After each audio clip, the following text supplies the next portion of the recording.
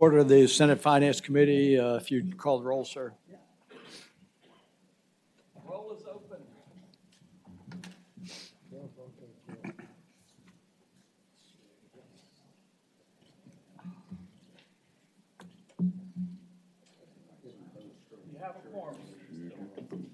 Thank you very much, ladies and gentlemen. We have a full crowd here this morning, and thank all of you for being here. We know you're very interested in some of the bills that are coming before the committee.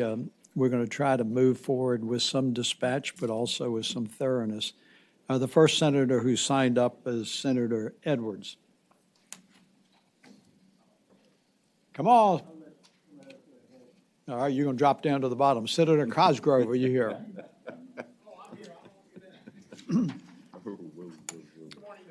Good morning, sir. What would you like to take up? 1030 for your consideration today. Mr. Chairman, ladies and gentlemen of the committee, this bill adds cancers of the colon, brain, and testicular cancer to the list of cancers that are presumed to be an occupational disease covered by the Workmen's Compensation Act. When firefighters and certain employees develop those cancers, the measure removes the compensability requirement that employees who developed cancers had contact with a toxic substance encountered in the line of duty. Mr. Chairman, members of the committee, we have firefighters, and they are our first line of defense, literally our first line of defense when we need them most. They are the ones who run into a building when it's ablaze. They are the ones who carry our injured bodies out of those structures. They are the ones who go and respond to car fires. They are the ones that we have to depend on day after day. Mr. Chairman, ladies and gentlemen of the committee, the fiscal impact statement is indeterminate in this one, but there may be a fiscal cost to this, but I would submit to you that the cost that these firefighters may have to pay because of the cancers that are prevalent within that occupation is much greater than we could ever imagine and put on a bill.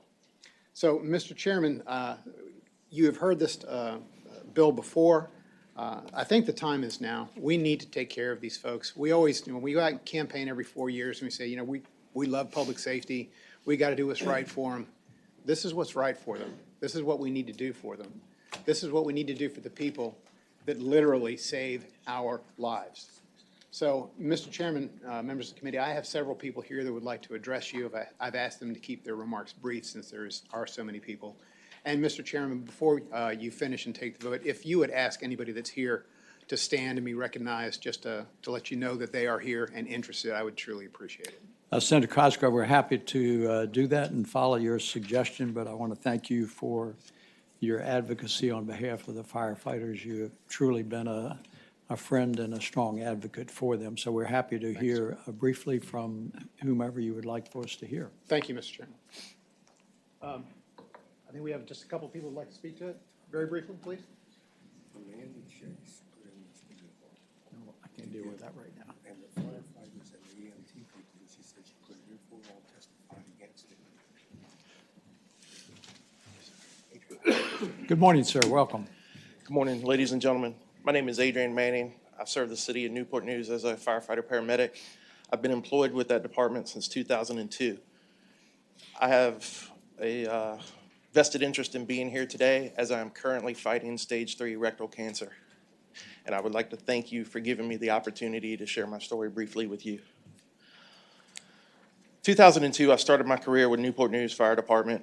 When I swore my oath to protect the citizens of the Commonwealth in that city, I did so expecting that if anything ever happened to me in the line of duty, such as death or illness, that I and my family would be protected in doing so.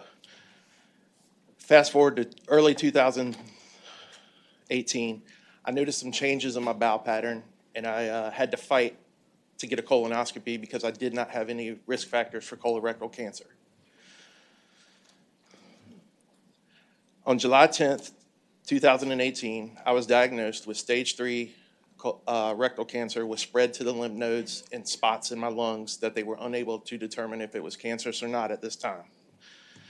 My oncologist explained to me that the process to cure this cancer would take 12 to 18 months and required numerous rounds of chemotherapy, radiation, followed by surgery, and now more chemotherapy to make sure it's gone.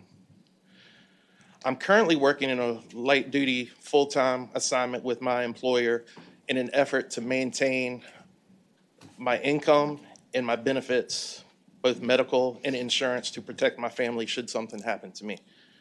We are here today to talk about the Presumption Act. Firefighting is a unique occupation. We regularly put our lives at risk to save citizens and property around the state. We are constantly exposed to toxins and fires that would require contaminant labs if handled in any other industrial setting. Not only do we have to worry about the materials that are used in building construction, we also have to worry about the contents of those structures. Your sofas, your flooring, bedding, mattresses, etc., all are synthetic materials that release toxins when burning. These toxins affect firefighters in many ways. When I started in the fire department, it was a badge of honor to have dirty gear. If your gear was clean, you were a rookie and you had not earned the respect of your peers. It has just been within the last 10 years or so that our occupation has realized what a risk this places on the men and women in our industry. One common misconception is that we inhale these toxins at a fire. Yes, this is true, or could be true. However, a bigger risk for us is absorption of the toxins. The University of Ottawa did a study with 30 firefighters over an 18-month period. They took skin swipes and urine samples before and after a fire. These firefighters had 3 to 5 times the number of toxins in their systems after the fire than they did before. So please allow me to walk you through a basic house fire response. I and my crew enter a building. We conduct our fire suppression or our search and rescue assignments. We then come out and we're relieved by another crew. While we are changing our air bottles and rehydrating ourselves, we sit in that contaminated gear waiting another assignment. After the fire response is completed and the fire is extinguished, we are deconned with a water hose off the engine to remove gross contaminants from the outside of our gear. That gear is then placed wet in the cab of our trucks as we prepare to go in service for the next emergency. This does not allow full decontamination of our PPE after each response because most firefighters are not issued a secondary set of PPE, and we cannot properly decon our gear until we are off duty because it would leave us unavailable to respond for the next emergency. When I filed my workers' comp claim, I was given a list of cancers and the different carcinogens that could cause each one of them. I was instructed that I had Excuse me, to. let me interrupt you. Whomever has that audio playing, if you would be Mr. so Chairman, that's a firefighter. considerate to cut it off, Mr. Chairman, that's a firefighter taking a call. He's trying to then go out the step back out. door. Yeah, yes, sir. Sorry, that's all right.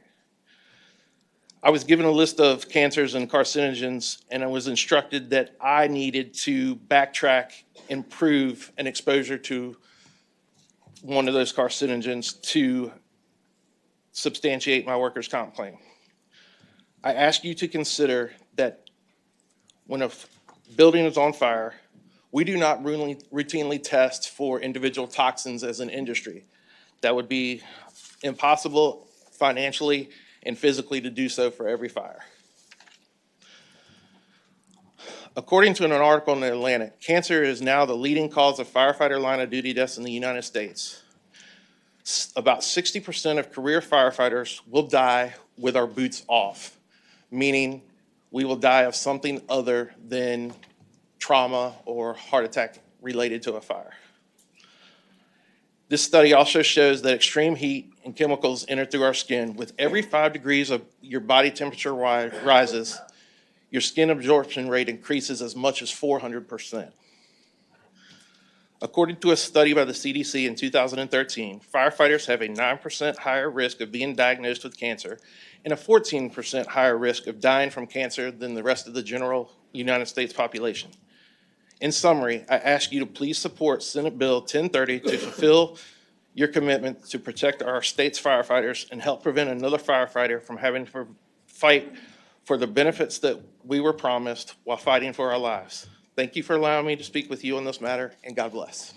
Thank you for being with us. And as I was listening to your words, I was mindful back in December, I was in New York City with a group and went to the 9/11 memorial, and one of the firefighters who survived that tragedy made a very compelling presentation, very similar to what you just said. So thank you for your service.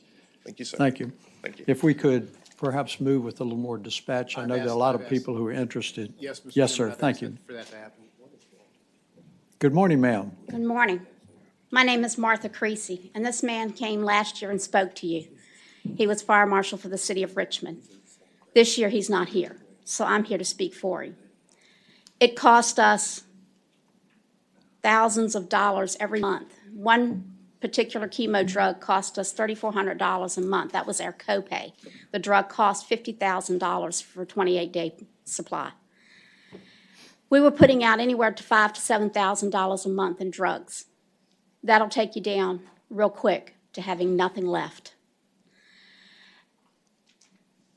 It has affected our family. It has affected the fact that I want to be out here, and as I said, they can't fire me. I can jump in your face and, stomp on heads if I have to, but I'm here to say that we need something to protect our first responders. His cancer wasn't on this bill. It was neuroendocrine carcinoma, which probably started within the colon, but it metastasized to his liver. He'd had his physical in February, and in June he was diagnosed with this cancer. They gave him a year. We had 4.5 years, so we were very blessed. But in that time, we taught classes across the state of Virginia on firefighter safety and cancer. And as I end this, I will say, Senator Openchain, my husband fought the plane fire that Senator Openchain was in. Thank you for being with us and sharing this morning. Good morning, sir. Good morning. Good morning, Chairman, Chair Norman, Chair Hanger, and members of the Senate Finance Committee. I'll keep my remarks brief. My name is Keith Johnson. I'm the career fire chief in Loudoun County. I represent the over 600 career and over 800 volunteer firefighters in our great system. I'm also here representing the Virginia Fire Chiefs Association, all the member fire chiefs throughout the Commonwealth of Virginia. I'm here to ask your support for Senate Bill 1030, specifically adding the presumption for compensability for certain diseases to include the colon, brain, or testicular to the list of cancers that are presumed as an occupational disease. This bill is very important to us as fire chiefs throughout the Commonwealth. It has a significant and devastating impact on our personnel, which you can imagine what you heard. The bill is supported by all 9 of them, the major fire and EMS stakeholder organizations throughout the Commonwealth of Virginia, who have taken a position on supporting this bill and made this a priority for our 2019 legislative session. I won't bore you with the statistics. We can go on all day about that. You've heard some of them already. While entry into a burning building and rescue efforts have long placed firefighters in danger, exposure to unforeseen carcinogen substances have elevated cancer to a major occupational hazard for all firefighters. Exposures occur through inhalation, skin absorption, even through our best personal protective gear, which you've heard of already. Despite our comprehensive cancer prevention education and policy changes, Virginia firefighters continue to receive the dreaded diagnosis of cancer at an alarming rate. In the past 4 months alone, Virginia firefighters have come to attend the funerals of 4 firefighters lost to line-of-duty occupational cancers, the youngest just being 33 years old. On a personal level, I'm a 4th-generation firefighter. My mentor was my father, Raymond, who succumbed to brain cancer at 56 years old. You see, he was a firefighter all his life, past chief and county commissioner where he grew up, and served his locality proudly until his death at his very young age. You see, my children never got to know their grandfather because of his long, drawn-out death and the suffering that was put on my family. You will hear the fiscal impact, and I'm here to say that today I represent Loudoun County government, which has taken a position to support adding these additional cancers to the presumptive list, which is the right thing to do for our fire and rescue personnel. I suspect you will find other localities exactly feeling the same way. The bill passed unanimously out of the Commerce and Labor Committee, but has been referred to you all in Finance, and I would ask, or we ask, that you please support this bill and vote yes. And thank you for having me. Thank you for your service, and thank you for being with us, sir. Good morning, Senator Vogel. How are you? Good morning, Mr. Chair and Sure. Mr. Chair. Nice to see you. It's nice to see you. I also am carrying this bill, and I just wanted to make a couple quick observations, and I promise to be very brief. Some points that Senator Cosgrove may not have hit on, and that is, number one, while it may be that localities have taken a position, or at least it is the impression of those on the committee that the localities have taken a position that is adverse to this bill, 3 localities that I represent actually came forward and listed this as priorities on their legislative agenda, one being Fauquier County, the other being Loudoun County, and Frederick County is in the process of doing that right now. The other thing I'd like the committee to understand is we're only talking about adding 3 cancers. And I can tell you that when the firemen came to sit down and meet with me in my office, and I was so shocked to learn more about this issue than I have in the past, because obviously this bill's come before us before. But I was astounded that just among the young, healthy men and women in that room sitting around the table, how many of them had cancers that aren't on this list. Like the person sitting to my left had testicular cancer, non-Hodgkin's lymphoma. This is a young, healthy population. And so I would just urge the members of the committee to give this all of your consideration and understand that for a modest amount of resources, we would have a significant impact on the lives of these firefighters who, for sure, have a disproportionate amount of cancers related to toxic exposures. And one last point I'll leave you is that 42% of the firefighters who have a cancer diagnosis lose their entire life savings. And I think that we certainly owe them the opportunity to not have to suffer like that when they have cancer. Thank you. Thank you very much for being with us. Mr. Chair, one last point. On the fiscal impact, this is important because my firefighters and I have discussed this, and it was important to them that I make this point, that the fiscal impact is maybe artificially inflated because it's tied to the Line of Duty Act. And that's something they were important for them to me to mention. Thank you. Good morning. Good morning, Mr. Chair, members of the committee. I'm Brooke Pittenger, the Deputy Director for the Virginia Department of Fire Programs. On behalf of the agency and the administration, we support this bill. Thank you. Thank you very much for being with us. Yes, ma'am. Good morning, Mr. Chairman. Mr. Chairman, my name is Erin Rice, and I'm here on behalf of the Virginia Professional Firefighters. Just briefly want to speak to the fiscal impact. You've heard the merits of the bill. Since 2017, the Virginia chapter of the Firefighters Cancer Support Network has assisted 40 firefighters and their families. Of those, 2 had brain cancer, 5 had colon cancer, and 4 were diagnosed with testicular cancer. Like all individuals battling cancer, these firefighters want to get well and go back to work. Therefore, not all firefighters with cancer become disabled, and not all firefighters with cancer die, and that's a good thing. Just this week, we learned that a member of the Charlottesville Fire Department with a brain tumor is now cancer-free and will return to work later this month. So it's a false narrative to say that workers' compensation is an automatic connection to the Line of Duty Act program. Yes, there may be some cost to the Line of Duty program, but I would argue that nobody in this room really could predict how many firefighters will be covered under this legislation. But what I can tell you is that 62 firefighters in Virginia have been diagnosed with cancer. They have a 9% higher risk to be diagnosed with cancer and a 14% higher risk of dying from cancer. Many years ago, I learned in my public administration classes that budget outlines your priorities. Where you spend your money illustrates what is important to you, and I ask that you make our firefighters, and more importantly, their families, your priority. I thank you for your time and respectfully ask that you vote to report this legislation. I thank you very much for being with us, and I can assure you that the firefighters and their families are a priority with us. Senator Cosgrove, does that complete your presentation? Mr. Chairman, I don't know if you wanted to ask if anybody was I'm going blatant to. enough to oppose my bill, but Okay. so. Well, all those who took time out of your day to be with us today who are in supportive of this bill, if you'd please stand, that would be very nice. I want to thank all of you, ladies and gentlemen, for your service. Thank you very much for being with us today. Thank you. Mr. Chairman, let me. John, just out of an abundance of caution, is there anyone in the audience who has an opposing view that they would like to share?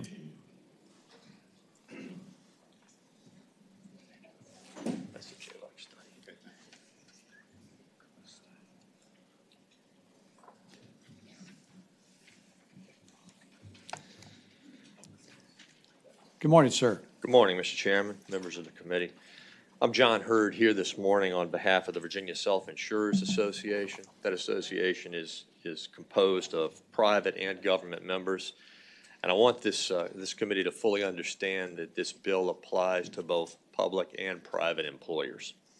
I also represent Metis Holdings, a company that oversees the administration of all workers' comp and liability claims against VACO's risk pool members. We believe this bill has significant problems and fiscal impacts, and that it would be premature to act on it prior to JLARC conducting their detailed upcoming study of all workers' compensation presumptions and Virginia's workers' compensation system. JLARC voted last month to conduct that study, and they'll be starting it later this year. What I've just handed out is a copy of that study resolution. As this bill is currently worded, it's going to result in public and private employers becoming monetarily responsible for numerous types of cancer that their employees develop. And I say that whether or not the employment had anything to do with it. That's not what Virginia's workers' comp system is supposed to be about. If you look on lines 42 through 43 and lines 45 through 48, by removing that language, this bill creates an irrebuttable presumption that cannot be overcome by the employer. And that's whether or not the employee had any contact at work with something that might have caused the cancer. For the employees of the entities listed on lines 39 through 42, who work for those employers for 12 years or more, it turns workers' compensation into wage replacement plus health insurance plus life insurance. And then don't forget that these same employees are probably going to get Line of Duty Act benefits as well. Another problem with these bills is that the scientific research used to support the addition of these three new cancers is based on a study of firefighters, not hazmat officers, not state police, not DMV employees, although those groups of employees will also be the beneficiaries of this irrebuttable presumption if this bill is passed. These other groups have completely different exposures that have got to be studied before the science can clearly show that their employment exposes them to the same type of substances to which firefighters are exposed. And as for the science regarding cancer and firefighters, there's a July 2016 NIOSH study report on cancer and firefighters. And that report provides, and I quote, "Our ability to detect links between firefighting and cancer is still limited. The limitation includes," and I quote, "measurements of actual exposures were not available. Information on exposures to cancer-causing agents outside of firefighting was not available. Information on lifestyle choices that are linked to cancer, such as diet, exercise, smoking habits, and alcohol use, was not available." The NIOSH study stated, if you're a firefighter and have cancer, this study does not mean that your service caused your cancer. This study cannot determine if an individual's specific cancer is service-related. In addition to exposures that you may have encountered as a firefighter, there are other factors that may influence whether or not you developed a particular cancer, and the study was not able to address many of those factors. The bottom line is that science is not to the point where a definitive statement can be made that if you work as a firefighter for 12 years or more and you come down with any of the cancers that are listed in this bill, your profession is what caused you to contract this cancer. So to enact legislation such as this, with the large fiscal impact it's likely to have on state and local governments as a result of increased workers' comp claims and Line of Duty Act claims, we believe that is premature, and it's unwise before you allow JLARC staff to review how the current law and the system is operating and what current science tells us. Please allow that study to go forward before you enact legislation such as this. Thank you, Mr. Hurd, appreciate it. Next speaker. And if we could try not to be redundant on some of those salient issues, that would be helpful. Mr. Chairman, down here, I wanted to ask the last one a question. Well, let him speak, then I'll just make the comment. Okay. I'm sorry, Mr. Chairman, somebody was talking to me. Good Go ahead, morning, Mr. Chris. Chairman, members of the committee. Chris Legault for the Virginia Municipal League Insurance Program. Listening to some of the earlier remarks provides a good segue into my comments. This bill does a lot more than just add 3 new cancers to the list of cancers covered under the presumption statute. It affects a vital, vital concept to the workers' comp system by removing that that language that's been stricken, calling for a nexus to be proven between the employment and the condition. That turns workers' comp into health insurance. That's a fundamental problem that affects the entire workers' comp system, and it's not what workers' comp was ever intended to cover. It's also the most expensive form of health insurance. Workers' comp is much more expensive than commercial health insurance would be to cover the cost of treatment. The American Cancer Society states that the lifetime probability of being diagnosed with cancer is 39.7% for men and 37.6% for women. That's all cancers, regardless of employment. Prostate, lung, and colon cancers are the most common in men and account for 42% of all cases, regardless of employment. Of the roughly 18,000 firefighters in Virginia, 7,200 will get cancer in their lifetime based on these numbers. If they've worked for 12 continuous years, they'll be covered under workers' comp without having to prove any connection to the employment. And Line of Duty Act and the cost will be staggering going forward. It would, in my opinion, be premature in the face of the JLARC study that was approved in December on this very subject to pass this bill in 2019. JLARC will examine what other states are doing, the fairest and most effective approaches to addressing this issue. They will gather the facts before expanding the number of cancers covered and see what other states have done on this subject. Please don't do anything to explode the cost of Line of Duty Act claims, and especially do not destroy the concept that there be a nexus between the condition and the employment. That would be detrimental to the entire system. Appreciate your attention, and I'll be Thank you, glad to Mr. answer any Legault. questions. We appreciate it. Yes, sir. Next speaker.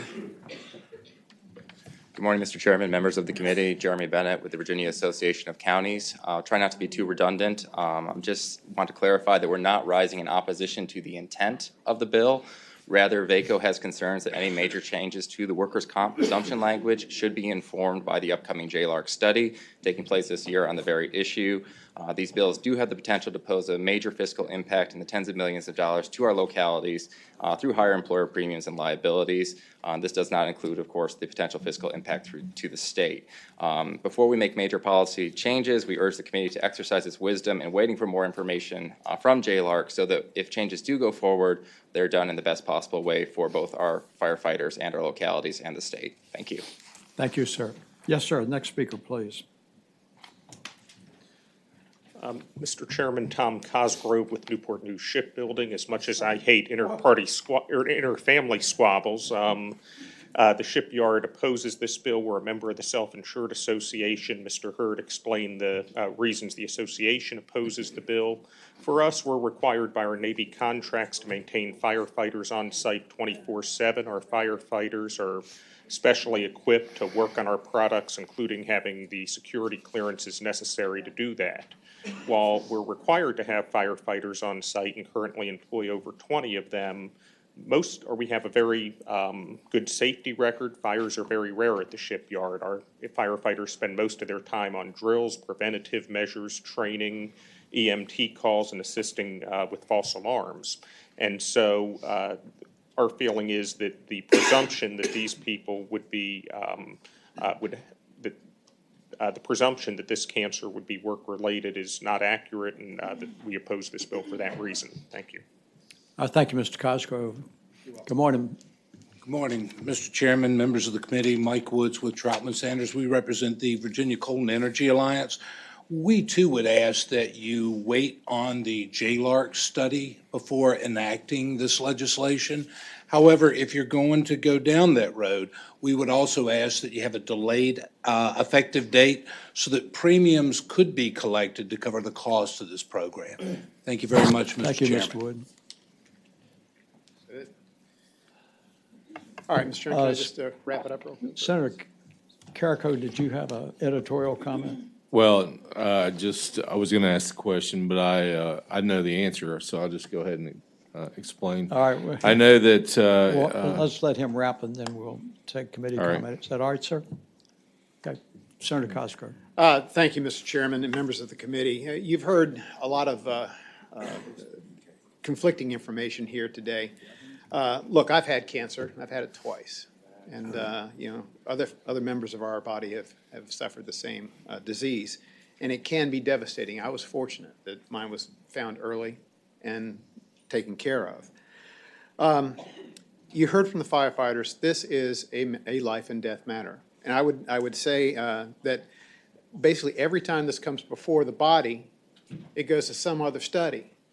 At some point in time, you got to stop studying, and you either pass or fail the exam. So the idea to keep putting this off and going to a study and going to a study and going to a study, I think is everybody knows what that's all about. I would also say the actuarials can sit behind a desk and generate their statistics. But there's statistics, and there's people and families and the devastating effects of these cancers on the people who take the very best care of us. So, and I would also mention that under the bill, somebody that has presumptive cancer still has to prove that there was a nexus to their employment. So, Mr. Chairman, both Mr. Chairman and members of the committee, let's make this the year that we stop studying and start acting. Thank you, Mr. Chairman. Okay. Thank you very much. We appreciate all of your presenters on that. Senator Carrico. Mr. Chairman, just to speak to a couple of things that the opposition spoke to. I know that there's some question as to should we wait, but if not now, when are we going to do it? Because of the fact that, when you're in a burning building, do you want to wait till a study's done before these guys, men and women, come in and rescue you? The other part is, there are other people mentioned in this bill, and rightfully so. And I'll just take one example of that. I only know of one agency because I've worked with them. And the state police are mentioned in here. Motor carrier is mentioned in here. Those guys are out there. And a lot of times before the fire department they get there. And if there's people inside there, they're going to go inside there, and they're going to expose themselves to these chemicals and all these things without respiratory equipment, everything that you wouldn't expose yourself to. And they are affected by this. And, every day we ask these men and women to do the things that we wouldn't do ourselves to help rescue people from these situations that they're in. And then time and time again, we want people to study what those effects are. You don't have to study that effect. Just look at them, and you can see what those effects are every day. And with that, I would just make the motion that we report the bill. Second. It's been moved and seconded that the bill be reported. Is there any discussion? Mr. Chairman. Senator Hanger. Mr. Chairman, this is obviously a tough call today because there is the need to do something. What that something is, we're unclear on, and that's what gave rise from the bill that we had last year to commissioning the study with JLARC. It's my opinion that if we're going to move forward, which I think we should in some fashion, that we actually do, and I understand the patrons' concern about studies. You come to a point where you have to take action.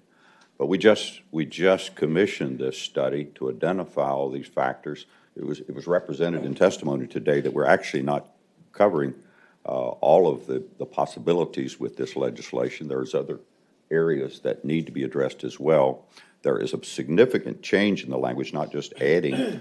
So it's something that I'm personally struggling with right now because I see a group of people who are very serious about moving right now, and I think we would probably be better served if we would delay this. So I would just suggest, and I will offer a substitute motion, that we pass it by and refer it to the JLARC study. Okay, there's a substitute motion. Is there a second to that? Second.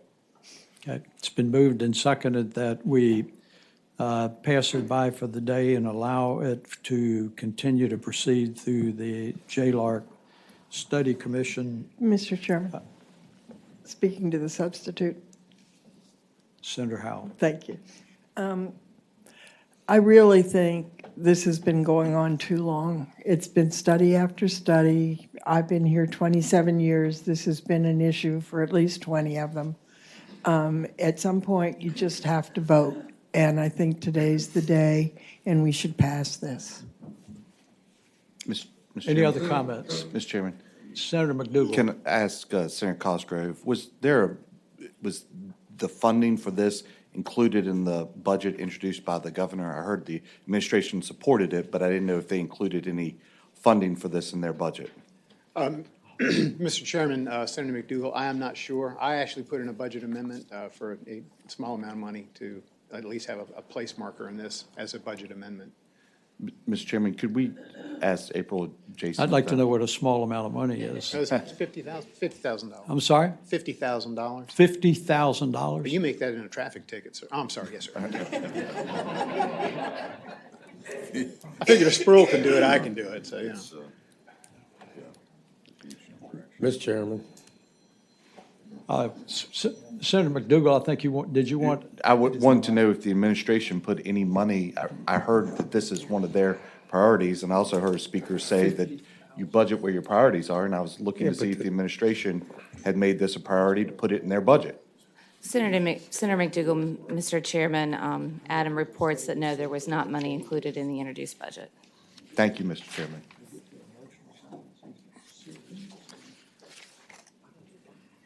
Mr. Chairman, Yes, ma'am. I would like to associate myself with the remarks of Senator Howell. I think we have studied this much too long, and I think it's time for us to vote this bill up. Any further discussion? Mr. Chairman. Senator Sasslaw. I would just say that looking at, it says $10.22 a year per full-time equivalent employee is not even $1 a month. And these people are putting their lives on the line. And it seems to me that the least we can do is cover what they see as an obvious problem. And as Senator Howell pointed out, this thing's been studied ad nauseum. Every year we're studying this, we're studying something. We need to vote up or down, and I would hope that we would report this bill and move it. Any further discussion? If not, the primary motion was to report the bill. The substitute motion was to pass it by and allow JLARC to complete the study that some members on this commission previously supported that approach. With that, you open the roll. Roll is open, sir.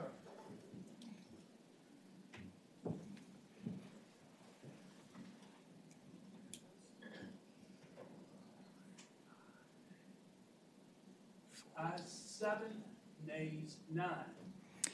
The motion to pass it by is defeated. The primary motion is now before the body. Move it be reported. I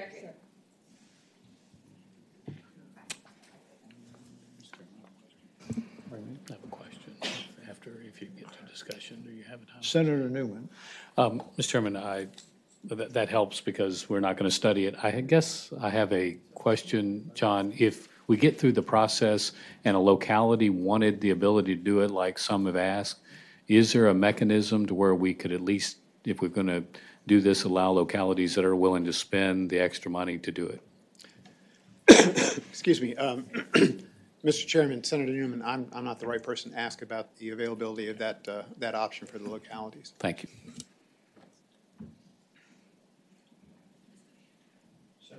Excuse me. Any further discussion? Mr. Chairman. Senator Newman. To help you with time. Mr. Chairman, I wonder if anybody can answer that question. I wonder if staff can help me understand that question. In other words, is this something that's so tied up in the statewide aspect that there is not the ability to allow localities the option at their choice, or kind of where that works out? Can you answer the question? Sure. Mr. Chairman, Senator Newman, I believe as it's currently written, that wouldn't be the case. It would have to be amended, I think, to accommodate each individual locality's discretion for that. Mr. Chairman.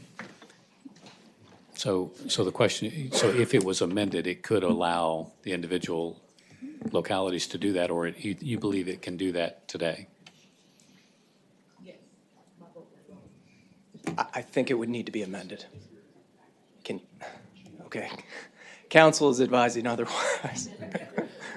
Mr. Chair, maybe council can help me understand. Mr. Chairman, I will caveat this with workers' compensation is not my area of expertise, but my understanding is because it is workers' compensation and it's intertwined with private and public employers and state and local, I'm not sure that you can carve out particular coverage for just particular localities. Okay. Mr. Chairman, so I guess if it was just public employees, we would have an opportunity to help the firefighters in that way, but because it applies to others, that's the difficulty. Okay, thank you. Does that answer your question, Senator Newman? Okay. Senator Wagner. Thank you, Mr. Chairman. Being as how there's no money in the budget that the governor submitted, and being that there is a sum that Senator Cosgrove has put in, I would make a motion that we add the clause to this particular bill, so that if we move forward with it, we ensure we have the money to cover it. Mr. Chairman. Excuse me. There's the motion before Senator Saslaw is that the clause be added. Is there a second? Second. Okay, it's been moved and seconded. Senator Saslaw. I would move the previous question. The matter before the body is that the previous question has been moved. All those in favor of open the roll, ordering the previous question, please signify. The roll is open.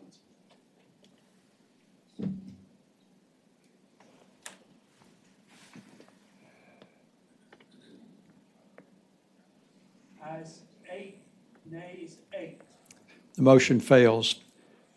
It's been moved and seconded that the clause be added to the bill. Is any further discussion?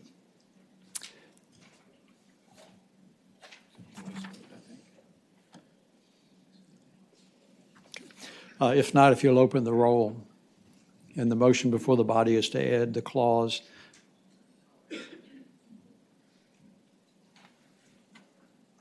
Roll is open, sir.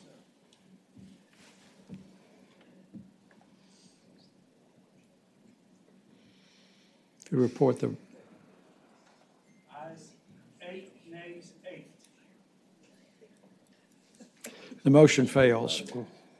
Primary motion before us is to report the bill. Open the roll. Roll is open,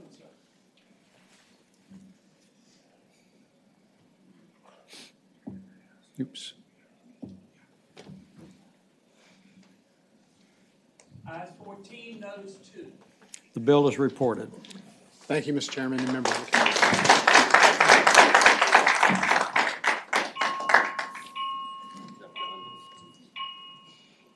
It's not me. Get out, you're going to get cancer. Your attention, please. The emergency condition has been cleared. You may return to your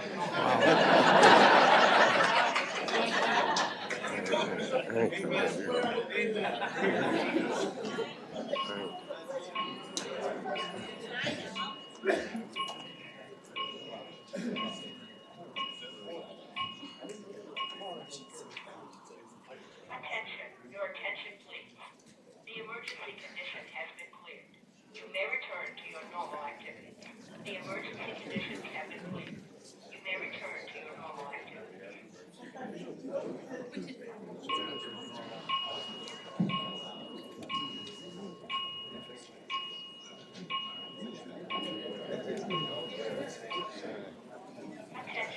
attention, please. The emergency condition has been cleared. You may return to your Hey, normal activities. we better get it.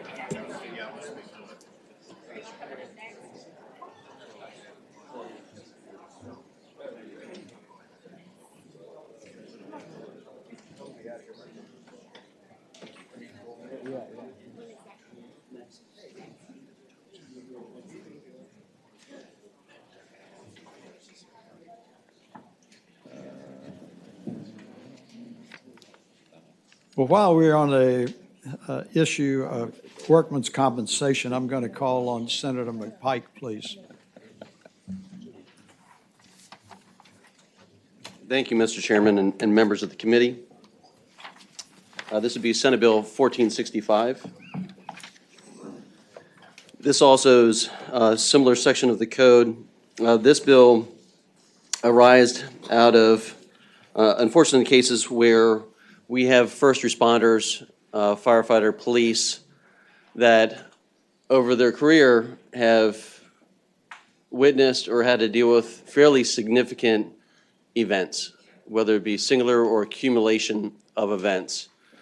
In the last couple of years, we've had a handful of cases of PTSD that has been denied by workman's comp, and this is a serious issue.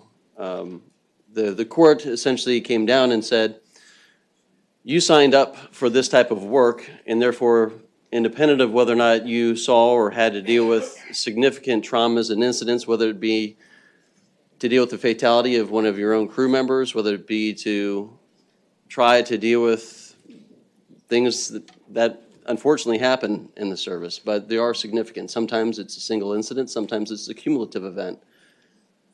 Over the last 20 years in my career, I can tell you, much like many other members in the service, I've dealt with stabbings, shootings, decapitations, amputations, significant burns, pulling bodies out, losing one of your own within the service. It impacts you differently over different parts of your time in the service as well. I can tell you that before having kids, I could almost see and do anything without much impact. After having kids, running a pediatric code is much different in how to deal with and cope. And different folks in the service, unfortunately, don't know what you're gonna see over that time. The primary issue here and before is, much like you've seen, we lose 22 veterans a day. We lose more firefighters and police officers to mental health issues and suicide than we do in the line of duty.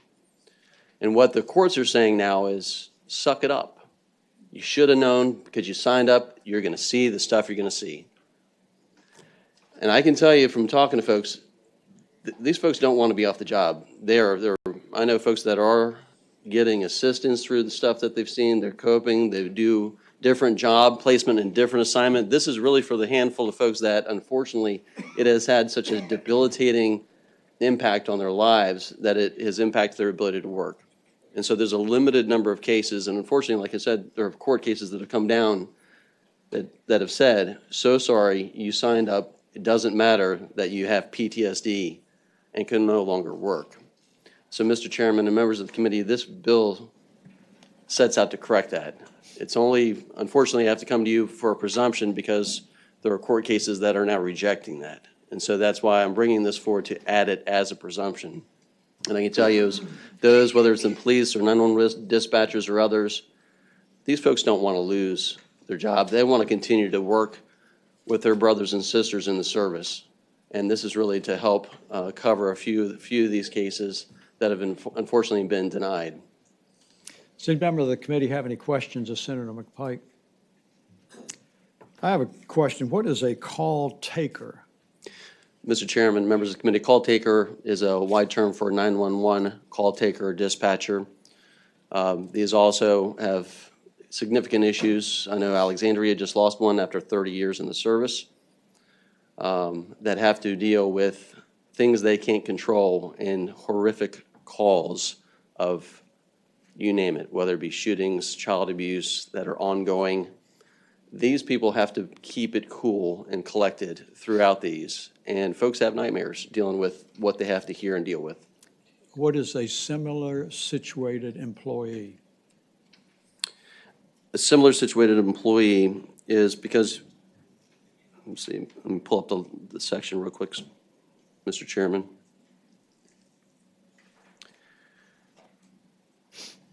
Is between call taker as well as 911 dispatchers. You also have folks that are maybe assigned from a division into a call taking role in emergency communication centers during events and incidents or temporary assignments.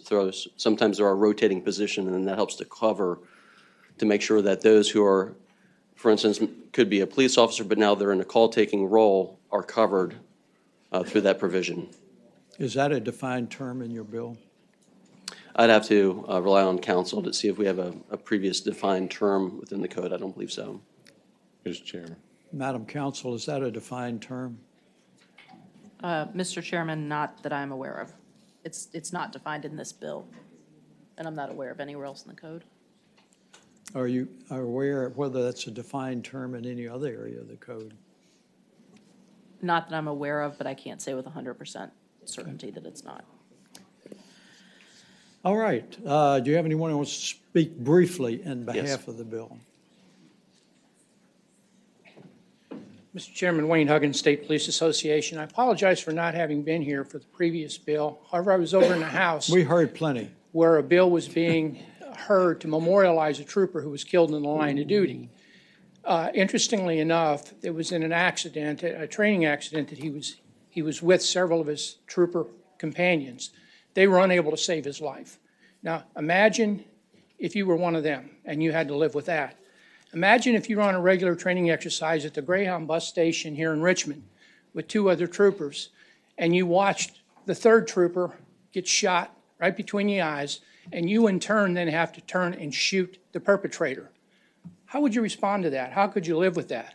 Or imagine if you were patrolling Creighton Court just less than a mile from here, and your partner gets shot right in front of you, right between the eyes. How would you live with that? Or hearken back to 2007 at the Virginia Tech massacre, and think about the troopers who were assigned there for 2 weeks to examine that crime scene. And I hate to be graphic, but let's be real. The carnage that they waited around in for 2 weeks, the odors they saw, their smell, the sights they saw. Imagine living with that. Nobody, I didn't sign up to be a trooper 48 years ago thinking I was going to see my partner shot and killed, or I was going to be in a horrific scene like Virginia Tech. It comes with the job, granted. But no one signs up for this job thinking that they're going to have to deal with that kind of reality. And it's long past time we recognize what these people are going through and put a mechanism in place to help them deal with the horrors that they see, the sights that they see. Thank you very much. Thank you, sir. Yes, sir. Good morning. Mr. Chairman, members of the committee, Art Lipscomb, Virginia Professional Firefighters. We have long been resistive to adding PTSD to this section, but because of recent decisions by the courts, we've been able to get these covered, but recently they've decided, as Senator McPike and Mr. Huggins said, that the courts have decided this is part of your job. It's not. After Charlottesville, the VPFF brought in members of the IAFF support team, which was able to help the volunteers, the police, and the firefighters that were subjected to that. Mental injuries are a common occurrence, and how we treat them depends on whether these people are able to remain on the job or have more serious injuries. So we would ask you to report the bill. Thank you. Thank you for being with us. Yes, sir. Mr. Chairman and members of the committee, Isaiah Kale with Fauquier County Professional Firefighters. I wanted to speak in favor of this bill. The language that the courts are using is what's been deemed in industry as stigmatizing and preventive to betterment of care. Our county, we've utilized a peer support program. That's a program that we instituted to help others that are experiencing grief, loss, and dealing with tragedy. And I ask that you move this bill forward, please. Thank you. Thank you, sir. Appreciate you being here.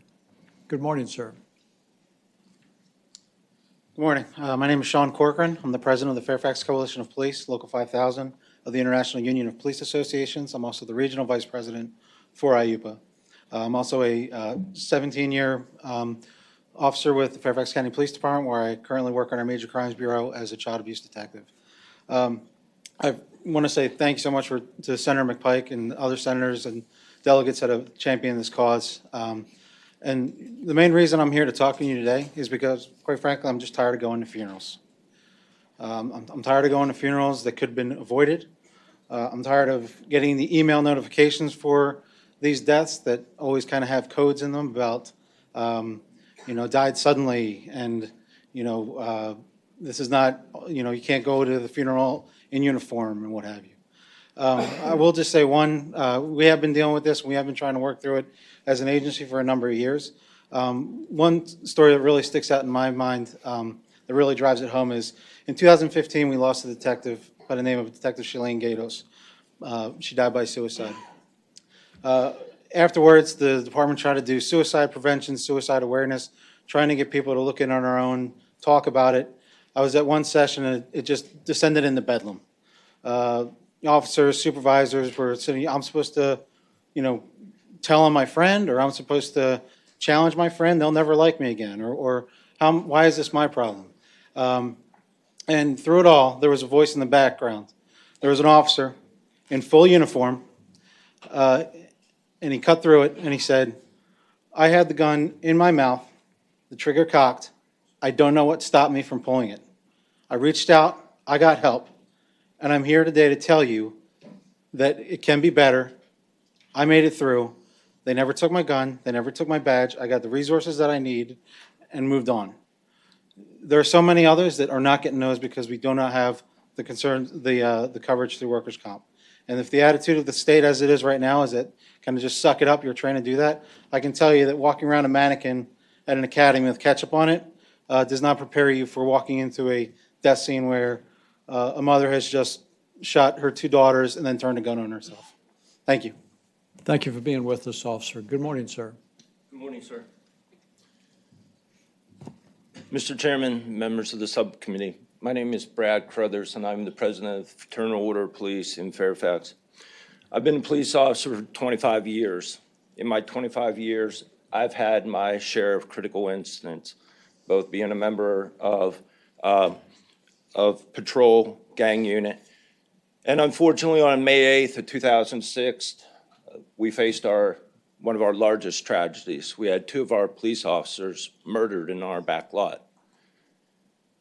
That extended way past that scene. As one of the officers that responded and helped clear the back parking lot of that station house, seeing our brother and sister's blood laying on the parking lot left an impact. But once we were done doing our job, doing all the tactical operations, what wasn't taken into consideration by many was now our homicide detectives, our crime scene personnel, the firefighters that would have to come in and assist us to clean the scene, our honor guards that would stand guarding the bodies of our fallen.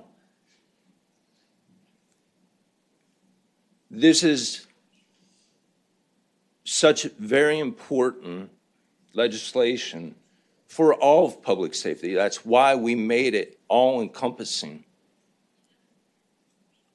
140 of my brothers and sisters were killed in the line of duty.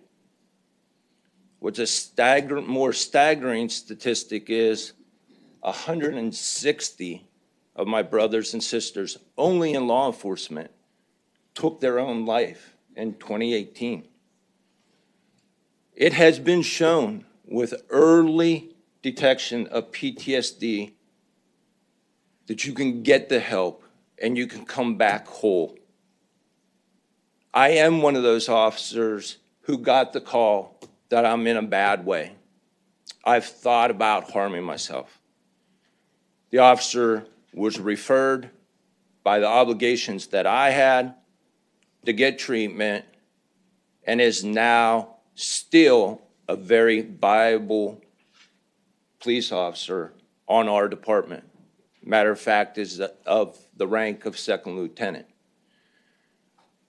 My brothers and sisters in public safety do not want to use the farthest pendulum that this statute lays down.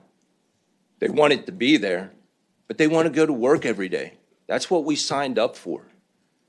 That's what we signed up all in public safety. Yes, we have our crappy days, but you know what? We'll be back tomorrow to do it because we all took an oath, no matter what branch of public safety, to serve you as a community. So I thank you, and I wish very much that you support this bill. Thank you. Thank you for being with us, sir. Good morning, sir.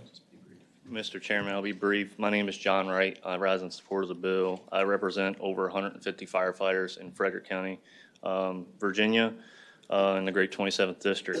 Mental health is a workplace injury, and it should be treated by the state as such. Suicide is the number 3 cause of death for firefighters. It is probably higher, though it is because it's unreported. We've been able to send some of our firefighters to the IFF Center for Excellence for treatment for behavioral health to get them squared away in the assistance that they need. They've returned to work. Each one of them have returned to work successfully, fully functional and healthy. So I ask that you would report this bill. Thank you. Thank you for being with us, sir.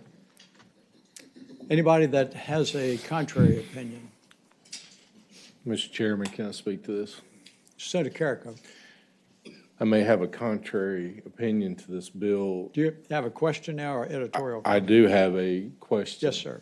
Please. I mean, I understand. I mean, I've seen more than most people here. 20-some fatal accidents. As a matter of fact, right out of the academy, I got nicknamed the Grim Reaper because every time I showed up, somebody was dead. But this definition is so broad. I mean, I get it. You know, dealing with those situations when you show up and the carnage that you see and the things that you deal with are terrible. The most devastating thing and the most horrific thing to try to overcome is that person you work with when that happens. And that's happened, and I understand that. I've been through that too. But to list all these things involving the abuse and cruelty and injury and exploitation, the death of an animal, I mean, I understand. I love my dog too, but you know, there's just so many things listed in this bill, and I was just wondering how narrow can you draw this? And I mean, it's wide open. I just don't understand, and I personally don't feel like I can support that wide of a definition. I mean, I dealt with it, and I know everybody out there deals with it, and it's something that I never expected to have the overload of fatals piled up on my plate either.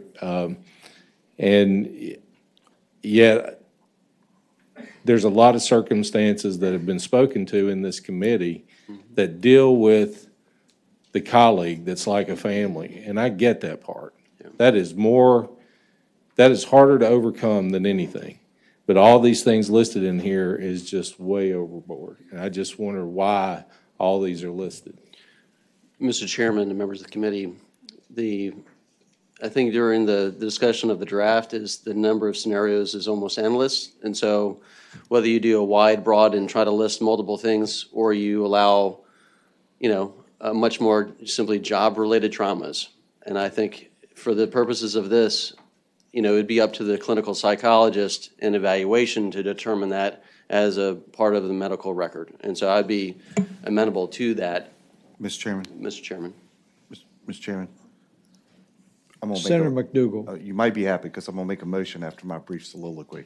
Mr. Chairman, having been a Senator McDougal, we haven't heard from the opposition. I understand. They might like my motion too. Okay. Mr. Chairman, having been a prosecutor, not included in this, and dealing with a number of criminal instances, and I know Senator Stewart was as well, involving some on this list can be very traumatic as well. They're not included. My spouse, who is a clinical psychologist, has been to hundreds and hundreds of crime scenes doing death investigations, and so I do have some sense of how it is.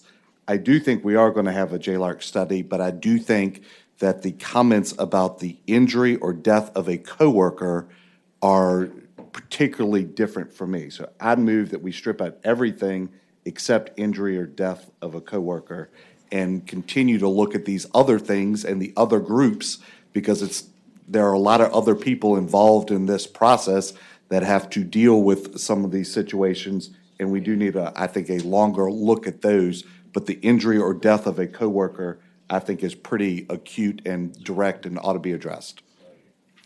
It's been moved and seconded that all of the other identified groups be eliminated with the exception of death or injury of a co or fellow employee. Is there a second? Second, okay. Any discussion on the motion? And Senator McDougal, just so I'm, Senator McDougal, just so I'm clear on your motion, does that take out that amorphous language of similarly situated employees? It does, Mr. Chairman. Okay. Is there any further discussion on that motion? Mr. Chairman. If not, all those. Mr. Chairman. Mr. Chairman. Oh, I'm sorry, Senator Stewart. Apologize. We may want to amend that to include in the performance of their duties. Okay. Senator McDougal is nodding his head, and I see that he takes that as a friendly amendment. So any further discussion? Madam Counsel has a question, which is probably better to iron out here.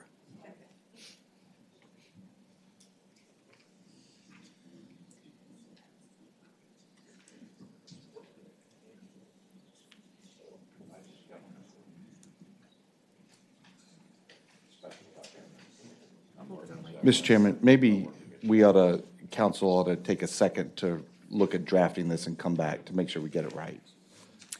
While Madam Counsel is working on perhaps some more precise language, Mr. Hurd, did you want to be heard from? Mr. Chair, we have similar concerns as we did on that previous bill. I Okay, actually we'll would like to adopt be those- able to see We'll adopt language. those by reference. Do you have Okay. any new comments? I'll be brief. I would like to say, again, I represent the self-insurers and I represent Metis Holdings, Inc. on this issue. We do believe the bill has significant problems. A lot of those problems were just addressed, I believe, but there are other problems that still need to be addressed in here.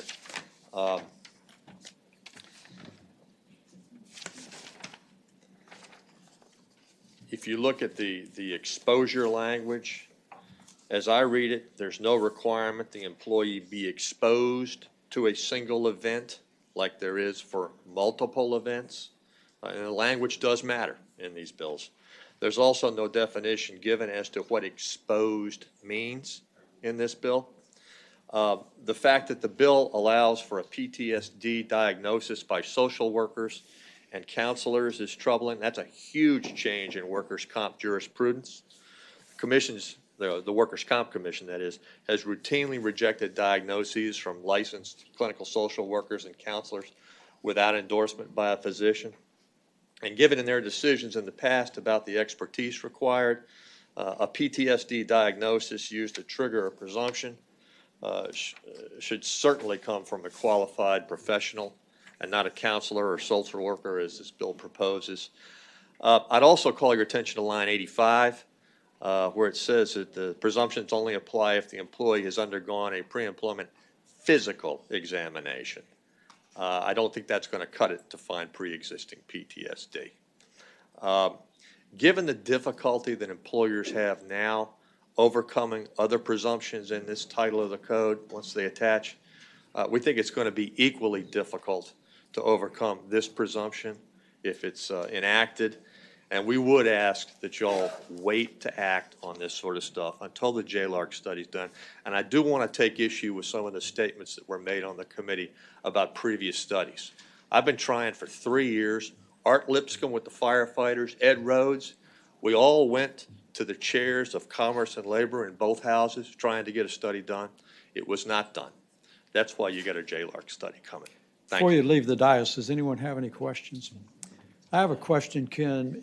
There was some compelling testimony, and I accepted about early diagnosis of PTSD and enabling these ladies and gentlemen to return to work in a meaningful way. Under workman comp, is there an opportunity for PTSD to be determined to be a permanent situation? Can it be a permanent situation where there can be a prescribed disability to it? I'm not 100% sure, Mr. Chairman. I think probably so. Okay, well, if someone else knows, I would be very I'm not interested. I think there's a distinction there, at least in my mind. Thank you.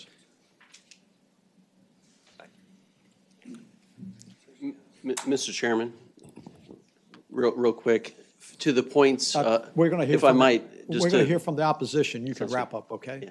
Yeah. Senator, excuse me, Mr. Legault. Mr. Chairman, members of the committee, Chris Legault, again for Virginia Municipal League Insurance Program. I'm going to be very brief. I don't want to trespass on the committee's time. Defense counsel that routinely deal with PTSD cases today are telling me that they are settling these cases, that they're, it's not something that the claimant reaches a stone wall and can't get over it. We only adopt presumption language in the workers' comp code when that's not the case. When these cases are being handled and being successfully awarded or settled by the localities in most cases, the presumption, the need for the presumption is certainly in question. So with that, I would urge the committee to send this matter to the JLARC study, let them study it. PTSD claims in general as a presumption, it's pretty new in this country. I believe there are only about 8 states that have done anything in this regard. JLARC can get to the bottom of that and can explore what other states are doing, and that's what I would urge the committee to do. Thank you. Mr. Legault, can you answer the question I can't, but your permanent partial disability, yes, sir. or that's the question. I, like John, believe that that's probably the case, but don't know it to be emphatically the case because it hasn't been a presumption in the past. The presumption in this case, too, will attach July 1 if you should pass this bill. So pre-existing conditions that haven't been adequately explored by the licensed physicians doing the physical exams, that's a problem as well. Well, part of the reason I'm asking the question is that if it were referred to JLARC, I expect that the chairman of the JLARC Commission would ask for a determination on whether or not there could be a partial or a permanent disability prescribed as a result of PTSD, because I don't know. But that's got a significant dollar amount attached to it, if that's the case. Yes, it does. And they would get to the bottom of that. Thank you. Yes, sir. Mr. Chairman, Jeremy Bennett with VACO again. Similar to the previous bill, we are not opposed to the intent in helping our first responders as much as possible, but we do feel we need more information from the JLARC study to make informed policy decisions. So we therefore respectfully urge you to send this to JLARC for review. Thank you very much. Mr. Wood, yes, sir. Yes, Mr. Chairman, Mike Woods, Troutman Sanders, Virginia Coal and Energy Alliance. We too would ask that this go to the JLARC study so that we can fully vet what's going on. And we do support the intent of the bill, but there are just some factors in here that are just not known. Thank you very much, Mr. Chairman. Mr. Chairman. Senator Howell. Just a comment. We are very aware on this committee of what a serious situation this is. In fact, in the current budget, we added $100,000 to the Virginia Law Enforcement Assistance Fund, which is a volunteer group that provides sort of group therapy sessions for all of law enforcement, all the first responders. And they have tremendous results and assistance. And I think what that is saying is we need to help these people. We need to provide programs for them ongoing as the traumas happen and not wait till we're in a crisis situation.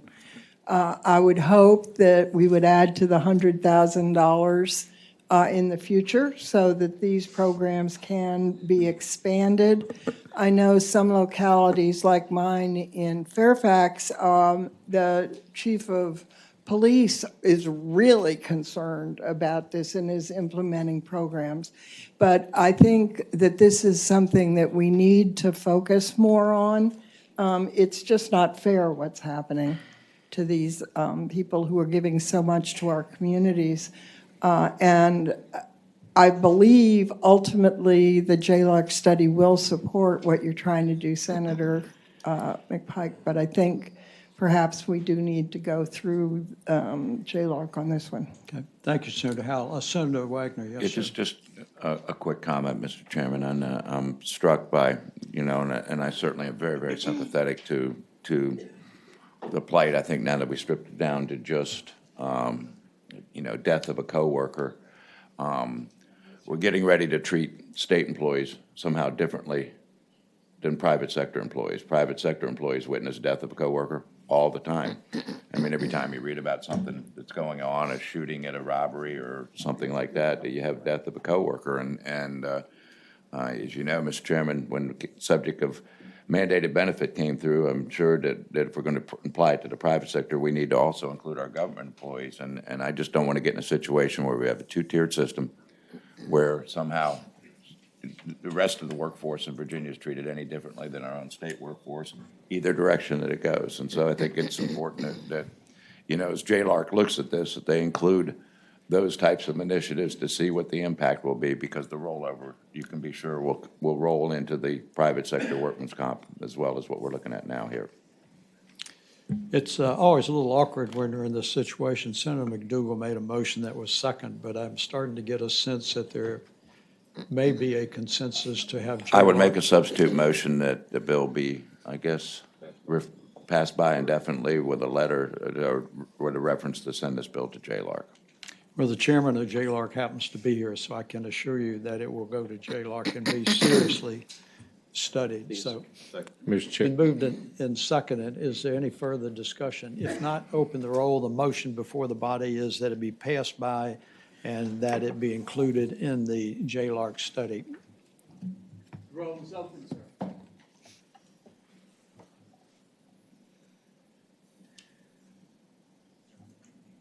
Ayes 10, noes 5. The motion to pass it by and refer it to part of the JLARC study has been passed. Senator McPike, thank you very much. Thank you, Mr. Chairman. And one cleanup item, I have one other, which is Senate Bill 1623, which is the sharing of tax information. I'll just clean it up as a housekeeping item real quick. Co-Chairman Hanger provided some direction to work with the Commissioners of Revenue last week. I don't believe we have concurrence with them, but I do have the commitment, however, that they will work with the locality involved.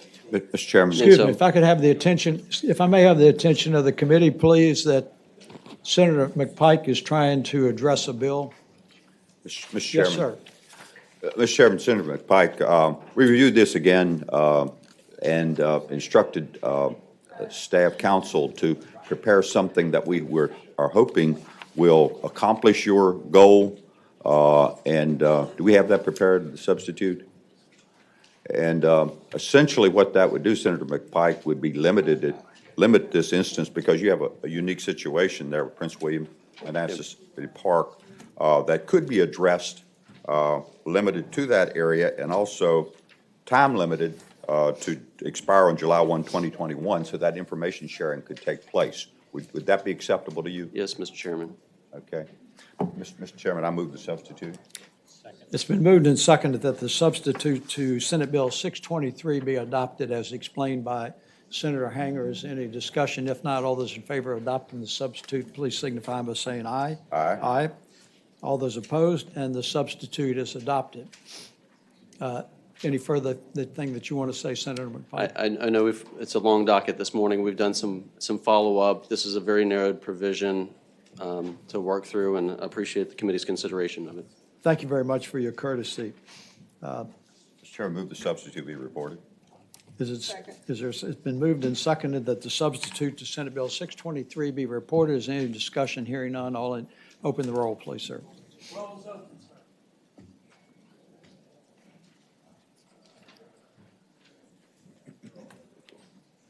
Ayes 11, noes 4. Ayes 11, no 4. The substitute is reported. Senator McPike, thank you very much. Senator Edwards.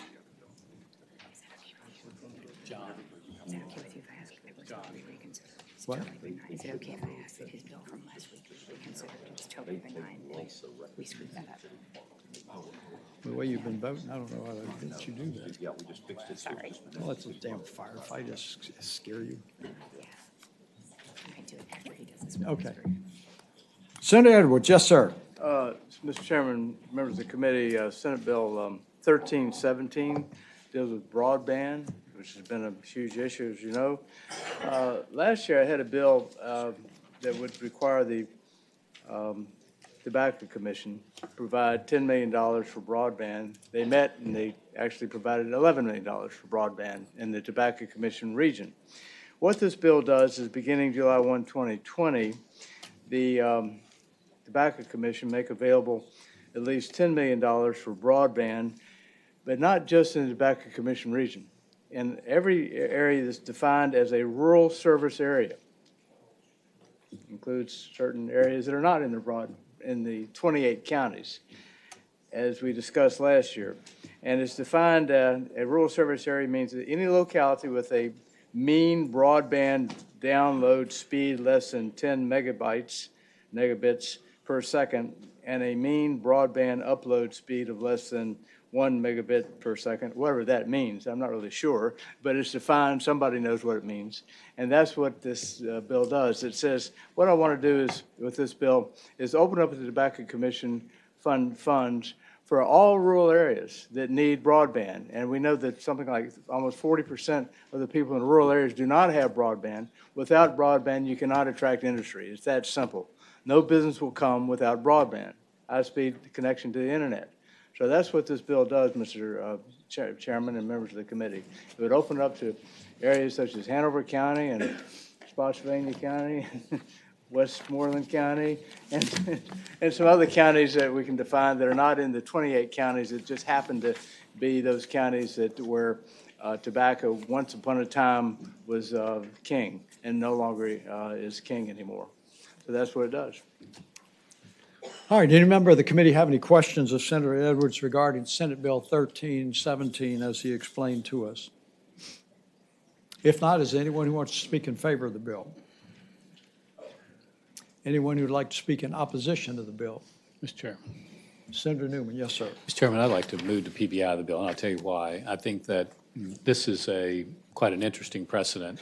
We've set up Go Virginia and other things that I don't like very much, but going into the tobacco money and saying that you're going to start going into other areas is just, John, we had tobacco regions where it was grown, and we need to continue to have that money stay in those areas. This is a pretty big grab. Well, Mr. Chairman, I would respond, Giles County, my district, needs broadband. And it's not in the Tobacco Commission region just by happenstance, and there are a lot of areas like that. Mr. Chairman. Mr. Chairman. Okay, it's been, Mr. Chairman. It's been moved that the bill be passed by indefinitely, which was similar to what the committee did last year. Senator, is there a second? We'll second. It's been moved and second. Senator Stewart, yes, sir. Mr. Chairman, I just wanted to remind the committee that tobacco was grown all over Virginia at one point. Not well. Ooh. Okay, now we got a little regional discussion going on here. Let's see if we can get Mr. back and be a Chairman. little more parochial right now. It's been moved and seconded that Senate Bill 1317 be passed by indefinitely. Is any further discussion? Mr. Senator Chairman, Hanger. just briefly, I know Senator Edwards has put a lot of work into this particular initiative, but I would also just point out, in addition to what Senator Newman said there, that there is a governor's initiative which we're considering at least a portion of that funding that he's recommended, and it's something that the Center for Rural Virginia is very much behind in deploying broadband. So we look forward to working with you in terms of spending that money correctly if we put some in the budget. But my understanding, though, is none of this comes out of the Tobacco Commission money, which has significant funds. Right. So, and this would mean that these other monies could be used for something else. Any further discussion? If not, the motion before the committee is that the bill be passed by indefinitely. If you'd open the roll, please, sir. Roll is open, sir.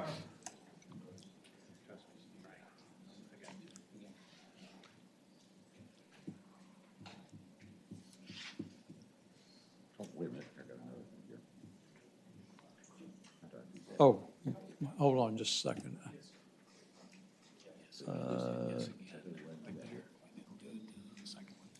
Got to do our proxies here. Ayes 9, noes 7. The bill is passed by indefinitely. Thank you, Senator Edwards. Mr. Chair. Senator Vogel. Thank you, Mr. Chair. Since Senator Edwards is at the dais, I was going to do this at the end of the meeting, but I'm going to ask for your indulgence and do it now. Having voted on the prevailing side by which we failed to pass Senate Bill 1301 at our last meeting, I would like to respectfully ask that that be reconsidered. And speaking to that motion, I think there may have been some misunderstanding in the explanation of the bill. And also there was a comment by one of the members of the committee that we had killed the identical bill in a previous year, which was actually not accurate. And so I relied on some of that, and I think perhaps other members did too. So if Senator Edwards would have the opportunity to speak to that. Okay. Thank you, Mr. As a matter Chair. of courtesy, is there a second to the motion to reconsider? Okay, it's been moved and seconded that Senate Bill 1301, which was considered at our last meeting, be reconsidered. If you'd open the roll on that, sir. Roll is open, sir.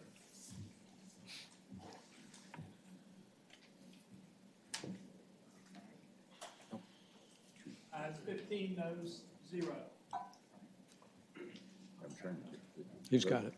The bill will be reconsidered. Was it your intention to pass it by? I was going to let Senator Edwards speak to it now, or we can pass it by, whichever you, Mr. Chair, would prefer. Well, I'm just saying it was not on our docket, and so the bill is physically not before us. And if there was some confusion on it previously, I'd like to avoid a replication That's of fine. that. That's fine. I'm happy to pass it by and have Senator Edwards speak to it Okay, at a later time. Without objection, we'll pass it by for the day. Okay. Okay. Thank you, Senator Edwards. We appreciate it. Thank you, Senator Vogel. Senator DeSteph was next sign up. You have Bill 1099, I believe, sir. Yes, sir, 1099. This is a Made in America bill. And this bill is to encourage the purchase of iron and steel and manufactured goods that are made in the United States by the state public bodies to the greatest extent possible, and with a goal of at least 50% of the constituent parts and materials originating in the United States. I wish I could say it's more complicated than that, but it truly is not.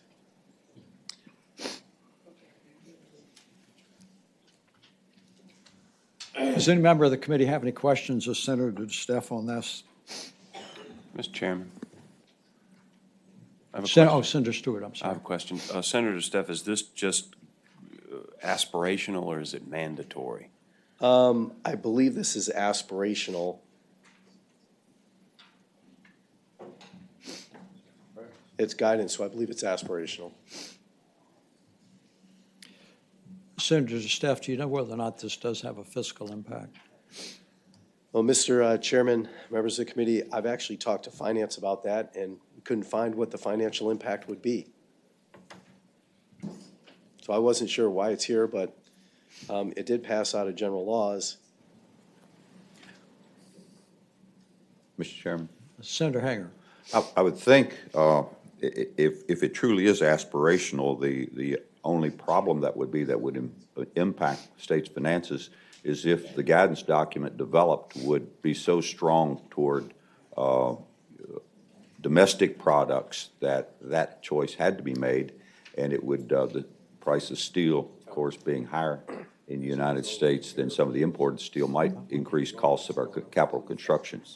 So it would, if it's purely aspirational, I think that's a good thing to encourage domestic products, but it could have significant impact if we're requiring someone to buy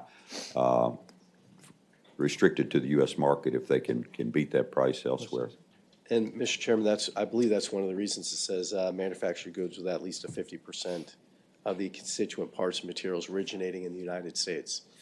And if we look at even the steel we import, a lot of that's recycled steel that originally came from the United States. Is there anyone in the audience who'd like to speak in favor of Senate Bill 1099? Anyone who'd like to speak in opposition to Senate Bill 1099? Move the bill be reported. It's a motion to report the bill.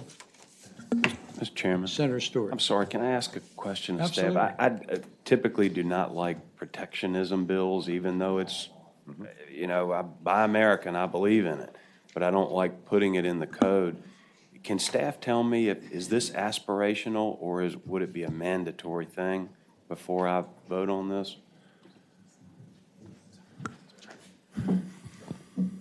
Mr. Chairman, Senator Stewart, the way it's written, it would be aspirational and voluntary by the agencies, where it would generate potentially an additional procurement cost if you were to follow those guidelines, but there's no requirement as it's currently written that the state follow those guidelines, or state agencies follow those guidelines. Okay, thank you. Any further questions? If not, it's been moved and seconded that the aspirational bill of 1099 be reported. Is any discussion? If not, open the roll. Roll is open, sir. There we go. Mr. Chairman, member of this committee, thank you very much. Ayes 12, noes 4. Ayes 12, noes 4. The bill is reported. Thank you, Senator. Next on the sign-up list is Senator Chafin, followed by Senator Locke. Not seeing Senator Chafin, Senator Locke. Good. Thank you, Mr. Chairman. Good morning. I have Senate Bill 1128, which will add 7 historic African-American cemeteries in the city of Hampton to the list of sites eligible for restoration funding through the Department of Historic Resources. That would be 771 grave sites. And of course, not every grave in each of those cemeteries is eligible, just the 771. And I have put in budget amendment to cover those grave Okay. sites. Does anyone have any questions of Senator Locke? Mr. Chairman, Senator Hager. finally, a simple bill. I move it be reported. Thank you. Bless you, Senator Locke. Hearing no discussion, if you'd open the roll, the motion is to report Senator Locke's bill. And the roll is open, sir.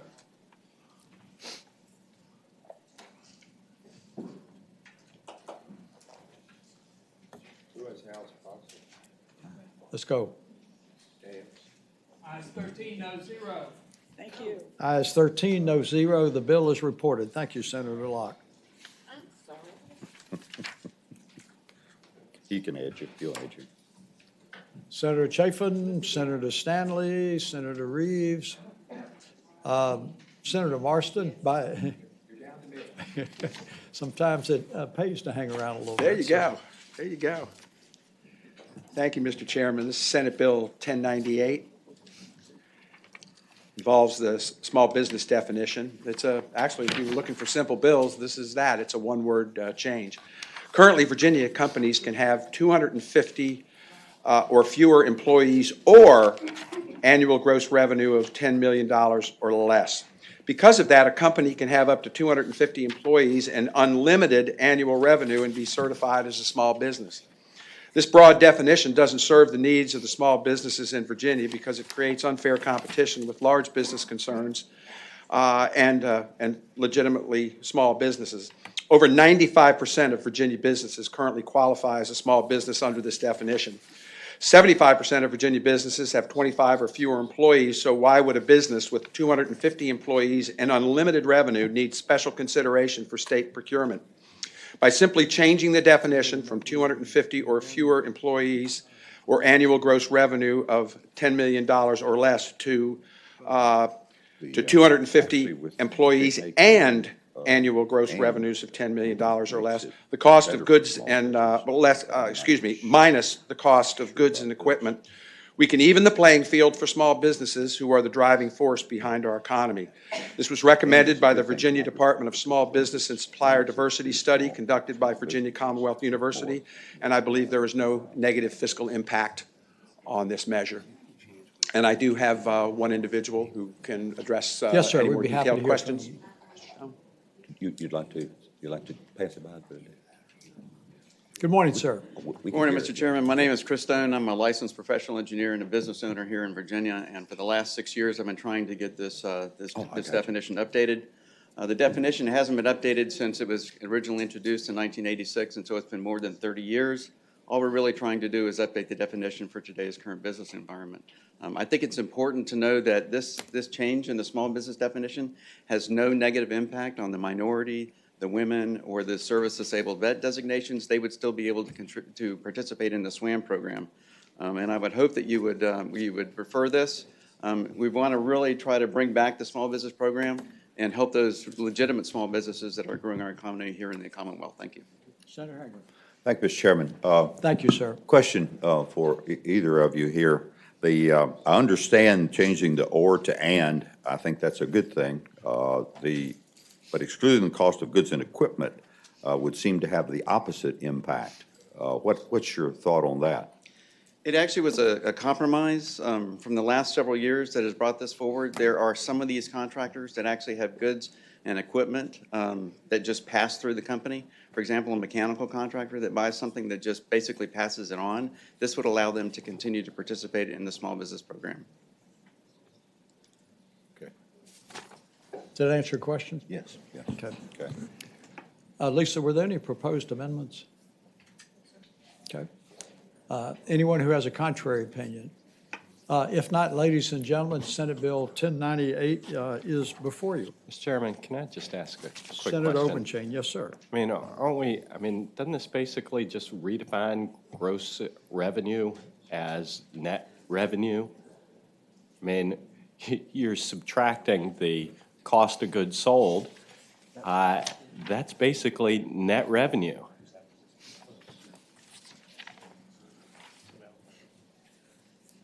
Just doesn't seem to make sense to me.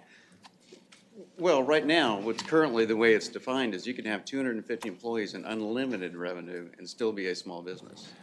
Mr. Chairman, I see Senator Stosh sitting, retired Senator Stosh sitting over on the side, and I think we try to maintain some consistency in definitions in the code, and I mean, my suggestion would be either strike that language or to re-examine that whole issue and simply define it as, or substitute the term net revenue and just strike it. I mean, we're defining gross revenue as something it's not.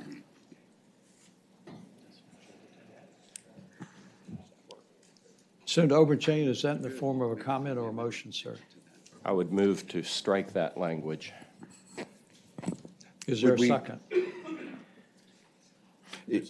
Y'all good with that? Would that make it I'll second net? That would make it net revenue? Yes, sir. No, Okay. it would make it gross revenue. Keep it gross revenue. Keep it gross. You're striking the language for cost of goods and equipment. Striking the goods and language, equipment. redefining gross revenue as something it's not. The gross would remain. They're okay with that. I second that. Lisa, are you confused?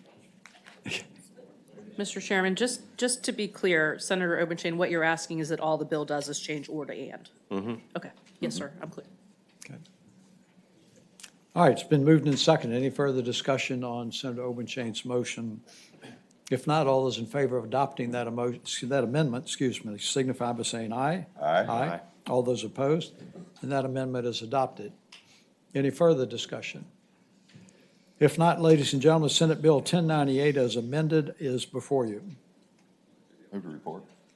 Is there a second? Second. It's been moved and seconded. The Senate Bill 1098 as amended be reported. If any discussion, hearing none, if you'd open the roll, please. Roll is open, sir.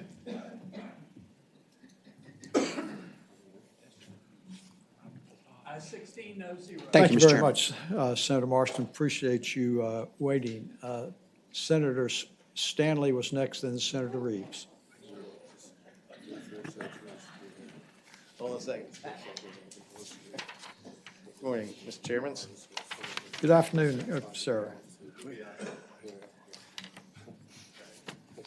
Mr. Chairman, which bill would you like to take first and crush?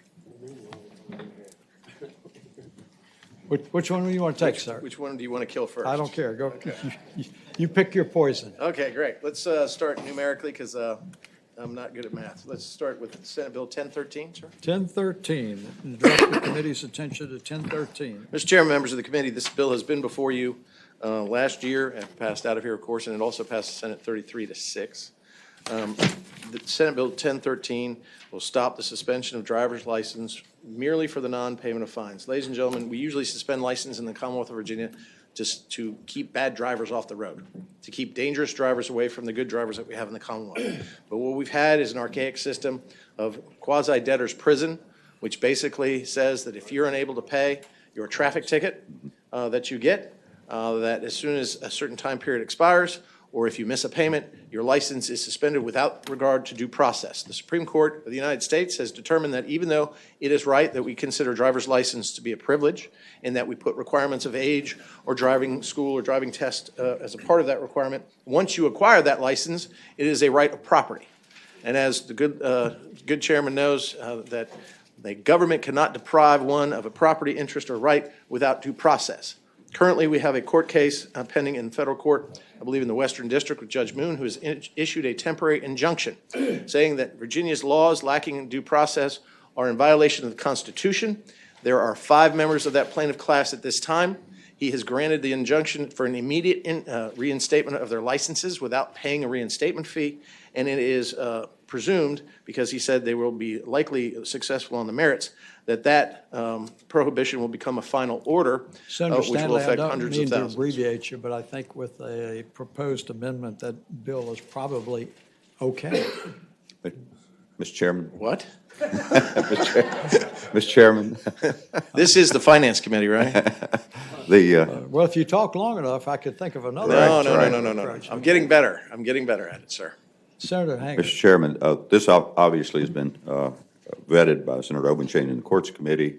The people standing over here in favor of it, and we just need to add the clause so we can work out the financial side of it. There is some money that needs to be shuffled around to make sure we can do this. So I would move that we adopt the financial contingency clause. Okay, is there a second? It's been moved and seconded that the Finance Committee's clause be issued so we can truly examine the funds and move some around. Is any discussion? Mr. Chairman? Senator Sasslaw. Yeah, I'm going to support the motion, but I would hope that we would come up with the money because there's no question this is a problem. Mm-hmm. Mr. Chairman, if I may only speak, and I'll be as brief as Yes, possible sir. on that. Sure. One, I believe that the governor has put money into the budget to address this, or at least his amendments to the budget to address it.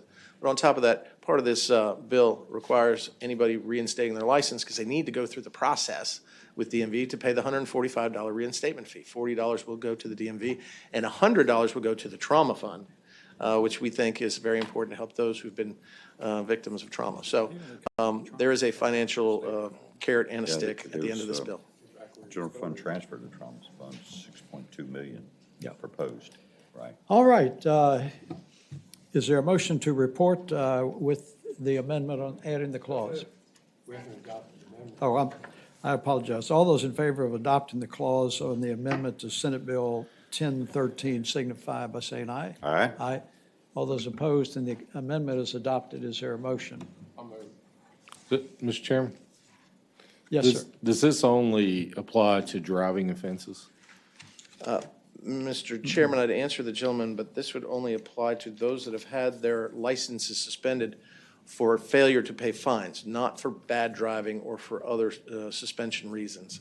So it only applies to those people that have lost their license after the fine has been imposed from a traffic offense, but that their license was not suspended by the court summarily in the court case. So it's only the administrative suspension, not the court judge, the judge actually saying you're not going to drive after you've committed a misdemeanor or offense. Mr. Chairman, I would answer the gentleman by saying exactly. This is only the administrative process where the DMV is suspending the license, not the judge.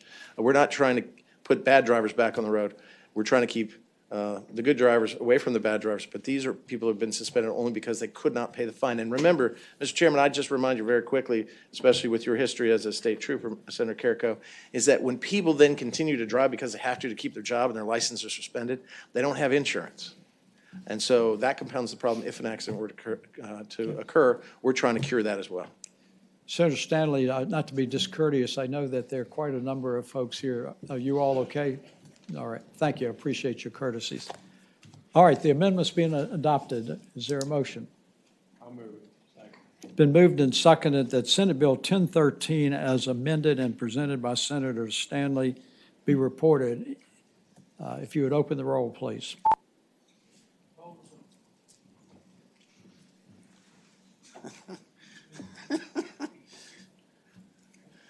I love you, man. Ayes 15, noes 1. The bill is reported. Senator Stanley, you want to press your luck on another bill? Yes, yes. I just must remark, Mr. Chairman, that everybody who votes against my bills sits next to me in the Senate floor. It's an amazing thing. So with friends like these, who needs enemies, right? Ladies and gentlemen, Senate Bill 1014 is my continued crusade to bring the importance of the Interstate 73, its development, and its being built in Virginia in Southside, and how much it will transform us in our area. I've told you a number of times, 53,000 jobs will be created.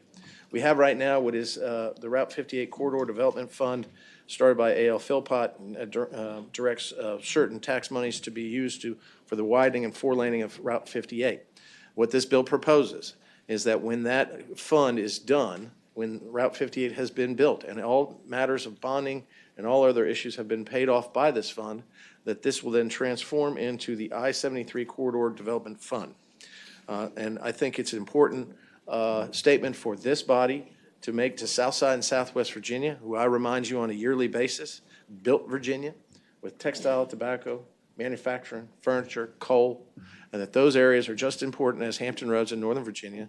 And in terms of our infrastructure, in order to connect us to the economies, sometimes we may not be connected to Northern Virginia's economy, but we could be connected to 3 deepwater ports, which is the world economy, if we had this highway and running through to the state of North Carolina and connect to their economy, which is also close to us and growing. What we're seeking to do is level the playing field by making sure, as a commitment to I-73, that we build an interstate highway that will bring great economic benefits to my area, which is suffering with some of the highest unemployment, the lowest per capita incomes for a family of 4.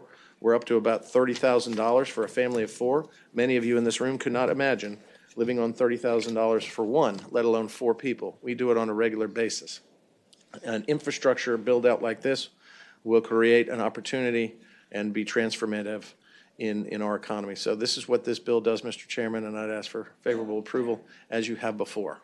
Now, remember, it doesn't cost any money now. It just says 20 years from now, if I-73 is still on the table, if we're not all driving George Jetson cars, we'll transfer this Route 58 corridor fund into an I-73 corridor fund. Any questions of Senator Stanley on Senate Bill 1014? Mr. Chairman. Senator Hanger. I may have been reluctant on this last year, but I've got a question. If I were to vote for this, I've got a bill to propose to increase the fuel tax by 10 cents, which will actually do this quicker. Will you vote for that too? Sorry, what was that? I couldn't hear you. If I vote for this, will you vote for the increased fuel tax 10 cents so we can just take care of rural Virginia? Senator Hanger, I am happy if I am given the honor of being reelected next year to discuss that next year. How's that? Next year? Oh, no. Look, we have to do something, and it's being intellectually dishonest. I mean, we talk about tolls in 81.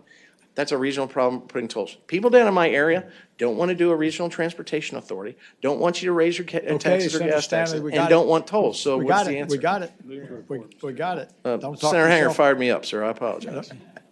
No, it's a real problem. We need to find a real solution for it. Okay. Yeah, we do.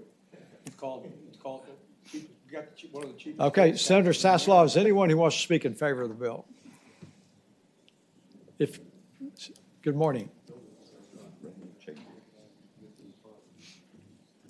Hi, Mr. Chairman, members of the committee. I'm Rebecca Gunn with the Roanoke Regional Chamber. For the economic reasons that were outlined by Senator Stanley, we support the bill.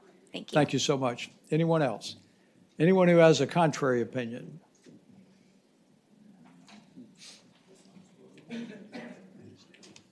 Good morning, Mr. Chairman, committee members. Lindsay Walton with Macaulay and Jamerson, representing Southern Environmental Law Center and the Virginia League of Conservation Voters.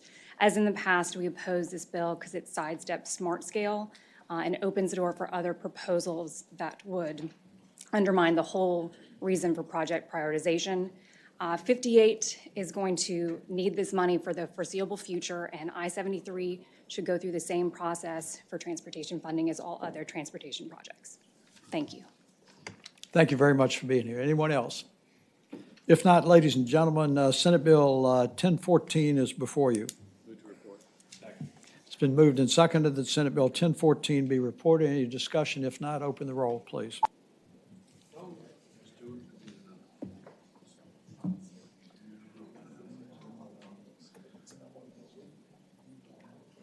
Report the vote, please. Ayes 11, nays 5. The bill is reported. Thank you, Thank Mr. you, Chairman. Senator Members of the Stanley. committee, I appreciate your time. Except you, George Parker. Senator Stewart is next. Yes, sir.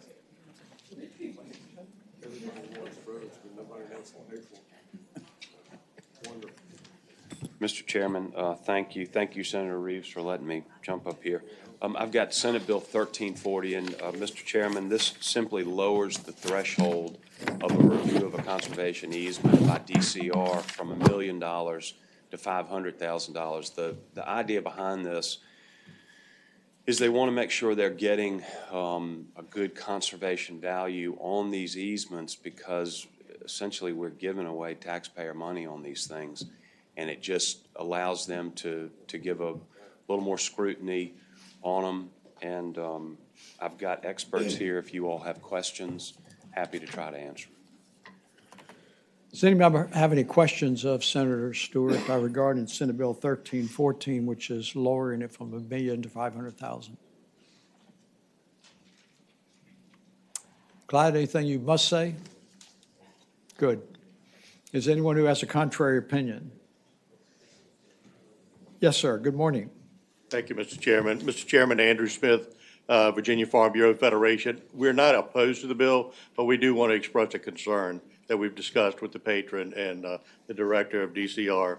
Farmland preservation has been very important to our farmers, and the refundable tax credit has made it possible for many family farms to remain in production and preserve that family farm.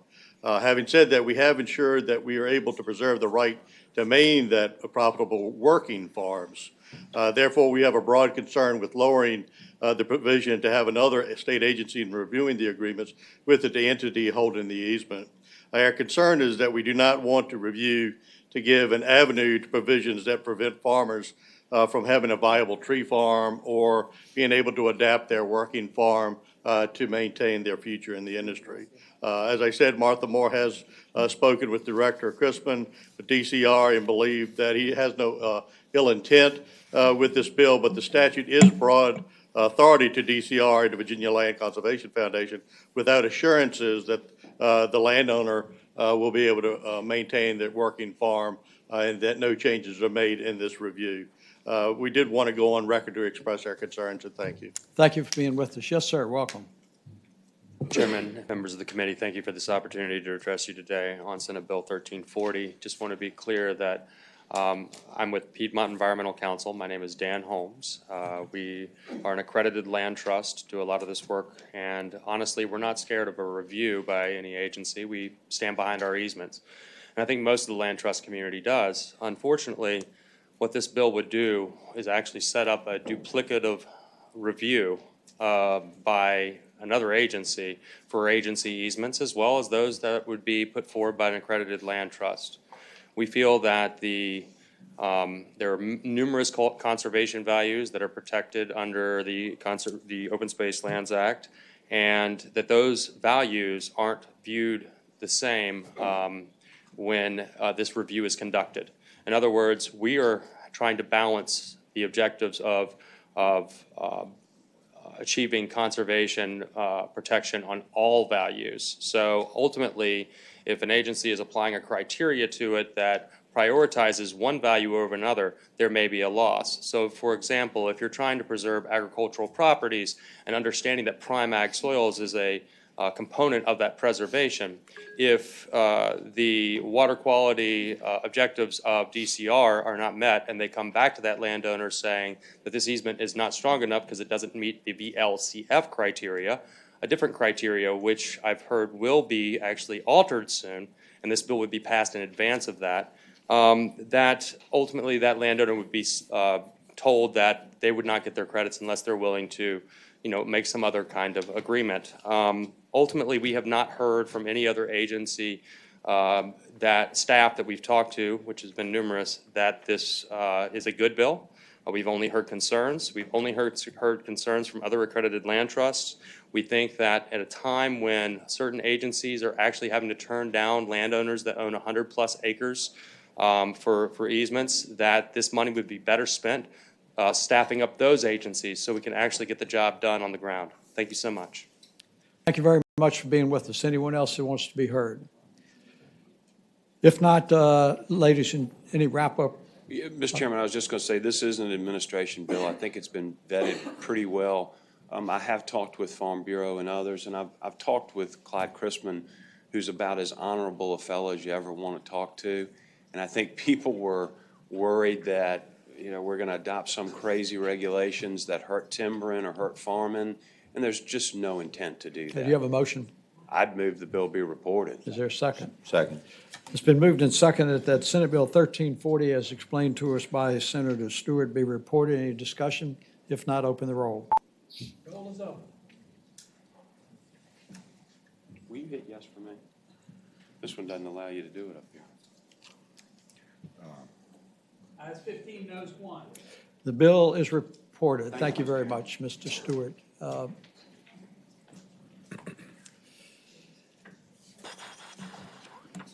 Senator Reeves, I believe you had one bill that we don't have in common, and that was a National Guard one, if I recall.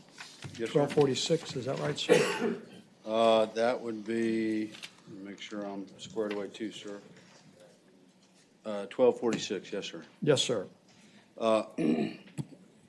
Mr. Chairman, members of the committee, what this bill does is help our National Guard with retaining National Guardsmen, as well as bring them up to parity with some of our other essential elements when called to active duty. The truth is, ladies and gentlemen, is that when our National Guard are deployed on state active duty, they actually make less than minimum wage for the hours that they work. Many of our guardsmen have to leave full-time jobs to respond. As an example, in Charlottesville for the protest in 2017, our National Guardsmen were called out to help with Charlottesville. And the state police, I think, make about $147 a day for that. And we had soldiers that were out there that were making $89 a day for the same duty and what they were doing. So this is a way that the Guard can bring those guardsmen up to some parity when they're activated by the governor to respond to hurricanes and those sort of things. And also as a recruiting and recruitment element to try to help keep guardsmen so we have a force that can respond. There's a scenario they've laid out of how they've gone about that equation and gotten to the number that they're looking for. I'd be happy to share that with you. I also have Colonel Woodley that's here somewhere. He's flanking me, and some others would like to speak on behalf of the bill if you'd be willing to listen to him. All right, any member of the committee have any questions of Senator Reeves? If not, is anyone else who would like to speak in favor of the bill? Good morning, sir. Morning, sir. Colonel Russell Woodley for the Virginia Department of Military Affairs. We support this bill. Really what we're seeking here is pay parity for our soldiers. Our soldiers come in, they work 12 to 16 hours a day when they're on state active duty. They're coming in inclement weather. When our soldiers work overtime, they don't get paid overtime. They get paid the same regardless of how many hours they work in a day. As Senator Reeves said, often the junior soldiers are making less than minimum wage based on that 12 to 16-hour workday. We're just looking for pay parity that will assist us in our recruitment efforts and our retention efforts, which are very important right now. So we certainly hope that you would consider this bill. Mr. Don Sutherland, who's the Director of Finance for the Department of Military Affairs, is there and can certainly answer any finance questions, any of the numbers-related questions that you might have. Okay. Good morning, sir. How much is it going to cost? Mr. Chairman, members of the committee, my estimate, based on the number of emergency responses that we have been called up for the last 10 years, is that this will cost approximately $50,000 more a year. If these emergencies are part of federally declared disasters, then they would be eligible for FEMA reimbursement. If not, then it would have to come from some sufficient. Thank you. Any member of the committee have any questions of the gentleman? Anyone who is opposed to the bill? Senator Hager. Mr. Chairman, I think it's a good bill. The concern I would have is the $50,000 that was being proposed to be covered from the Natural Disaster Reserve that was in the introduced budget, and some of that reserve I think we may not look on too favorably, so I would move that we attach the clause to this bill. Okay. It's been moved and seconded that the clause be attached to Senate Bill 1246. Any discussion? If not, all those in favor of that amendment signify by saying aye. Aye. Aye. All those opposed? Okay, so the amendment is adopted. Mr. Chairman, I move the bill as submitted be reported. It's been moved and seconded that Senate Bill 1246 as amended be reported. Any discussion? If not, please open the roll. Roll is open, sir.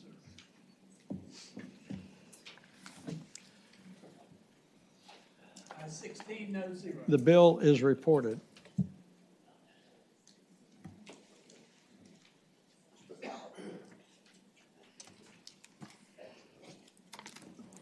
Okay, we have Senator Norment has Senate Bill 1371. Senator Reeves has Senate Bill 1252 that we need to address together, dealing with cigarette taxes. Thank you very much, Mr. Chairman, and I apologize to the other members of the committee for preempting you, but I'm just trying to be courteous to Senator Reeves, who's been waiting very patiently.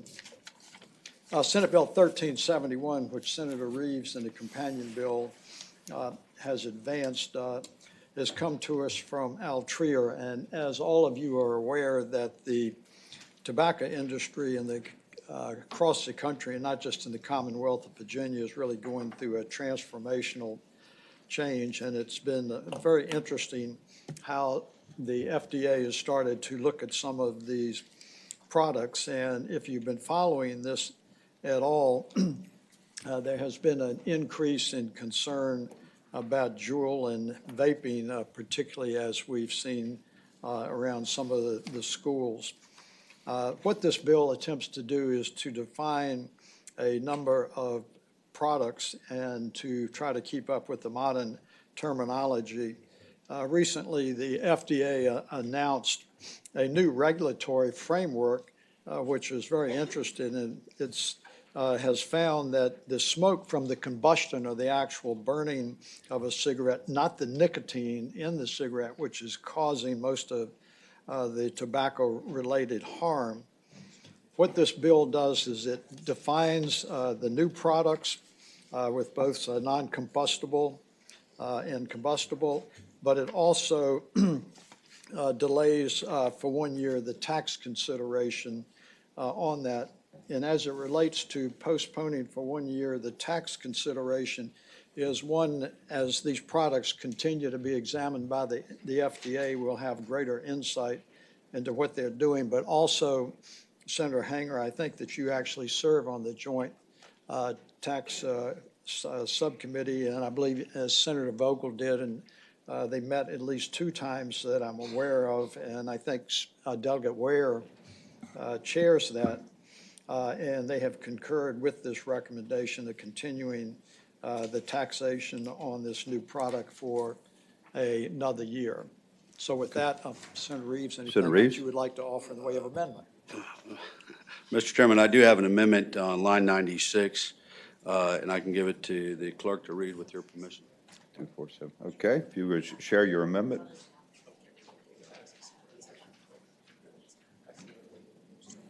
Lisa, if you can go with the amendment, please. Senator Hanger, on line 96, after a product, strike the remainder of line 96 through combustion of on line 97, and insert containing tobacco that produces an inhalable aerosol, 1, by heating the tobacco by means of an electronic device without combustion of the tobacco, or 2, by heat generated from a combustion source that only or primarily heats rather than burns. Okay, you've heard the amendment, which I guess is somewhat technical in the way it describes the product, these new products being developed. Is there a motion that that amendment be adopted? Motion properly supported. Any further discussion? Hearing none, all those in favor signify by saying aye. Any opposed? Okay, was that the only amendment y'all have to offer? That is, Mr. Chairman. Okay, and it would be in order. I don't know if y'all discussed this in terms of rolling the bills together as chief co-patrons. Yes, sir. Which way are we going here? Are Senator Reeves, we rolling yours into Senator Norman? Is that what we're doing? That would be just fine with me, sir.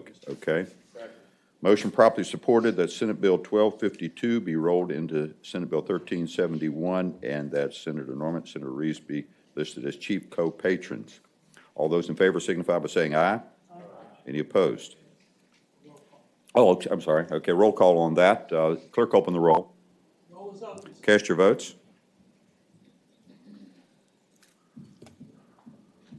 Ayes 15, no zero.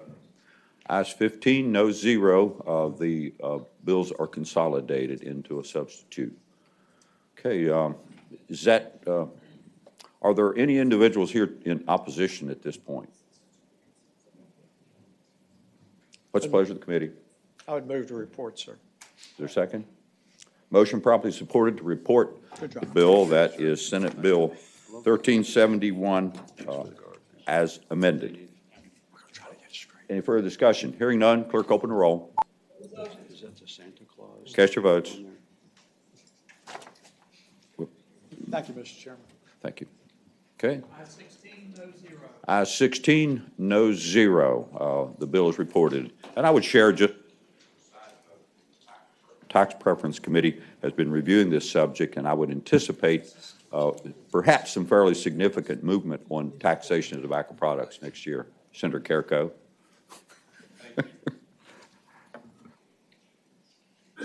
Thank you, Mr. Chairman. Senator Evans has come in, and he's had a bill, and thank you very much for waiting patiently, sir. Thank you. This is Senate Bill 1613, which came out of courts. I think it was unanimous. You've already heard Senator Stanley's bill, which I have with him, to see that licenses were not suspended just for court costs. This one has to deal with non-driving offenses. And the committee, as a matter, the Senate, as a matter of policy, about 2 years ago, decided that we were not going to no longer seek the suspension of people for a marijuana offense to take away their license for 6 months. And there's only 12 states that still do suspend licenses for non-driving drug offenses. We're not talking about offenses where someone's driving while they're under the influence of drug or where they're using it in the automobile. So all our neighbors, Maryland, West Virginia, Kentucky, Tennessee, North Carolina, don't take away the license for that reason. And we know that the committee's heard it, I think, but New Jersey, 42% of drivers lost their job after their license was suspended. Of those drivers, 45% unable to find new employment. Of those able to find a job, 88% reported a decrease in income. So the issue is, if you have a non-driving offense, should you be punished for that offense in a way that doesn't spill over into losing your license? Mr. Chairman. Okay. Sir Eben, I think the courts committee has vetted this significantly. I think there's significant support for your bill. The only issue we've had, as we did with Senator Stanley's bill, is that we need to move some funds around potentially in the budget with the trauma fund. And so, Mr. Chairman, I would move that we add the financial contingency clause. It's been moved and seconded that the financial contingency clause be added to the bill. Is there any discussion? If not, all those in favor of that amendment signify by saying aye. Aye. Aye. All opposed, and that amendment is adopted. Okay, and just as I close out and thank the committee, I would mention that I believe in the governor's budget that this was accounted for. Right. So just want to call that to you and your staff's attention. Right. But in any event, thank the committee. There's. Are we done, or are we just moving the? Yes, ma'am. Would you like to speak in favor of the bill? No. Dorian Dalton, Office of the Executive Secretary, Supreme Court of Virginia. We have concerns with the implementation of this version of the 46.2395. And that's on line 73 of the bill. And our issue is with the language that says that non-payment of fines and costs, license suspensions should not be for the offenses related to the operator or operation of a motor vehicle. These are not driver's license suspensions by the judges. These are administrative suspensions by the DMV that the court needs to notify the DMV about. So our issue is just that with the phrase operator or operation of a motor vehicle, we need those offenses specified so that we know which offenses to notify the DMV about. Otherwise, we can't implement this version of 46.2395 in the bill. We do not have those similar implementation concerns with Senator Stanley's SB 1013. Yes, ma'am. Thank you very much. Anyone else wants to be heard on Senate Bill 1613? If not, ladies and gentlemen of the committee, Senate Bill 1613 as amended is before the committee. Is there a second? Second. It's been moved and seconded that Senate Bill 1613 as amended be reported. Senator Newman, yes, sir. Can we fix some of those items, maybe between now and, not now, but between now and the floor, and just see if we can't clean that Yeah, up? we're happy to get with counsel and with the Supreme Court Executive Secretary. I don't know how long it'll take to fix those. So we can do it between now and session, sir? Is that okay? Yeah, I'll do my best to get them done, and if Thank you, not, I'll sir. see you personally. That's good. I'm going to take it off uncontested, just to make sure. Okay, thank you. Any further discussion? If not, there's motion made and seconded to report the bill. If you'd open the roll, sir.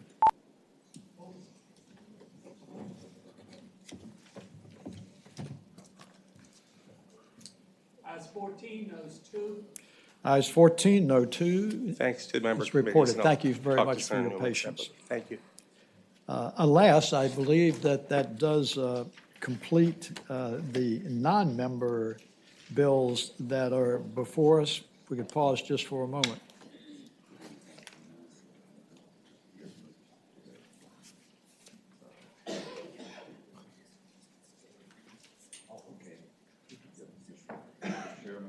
Senator Hanger, yes, sir. We have a bill on our docket that, Senate Bill 1600, Senator Dance, your bill, that would be more properly in front of the Agriculture, Conservation, Natural Resources Committee dealing with motor fuels labeling, and I would so move. Second. It's been moved and seconded that Senate Bill 1600 by Senator Dance be re-referred to the Committee on Agriculture. All those, if you'd open the roll, please, all those in favor? Roll is open, sir.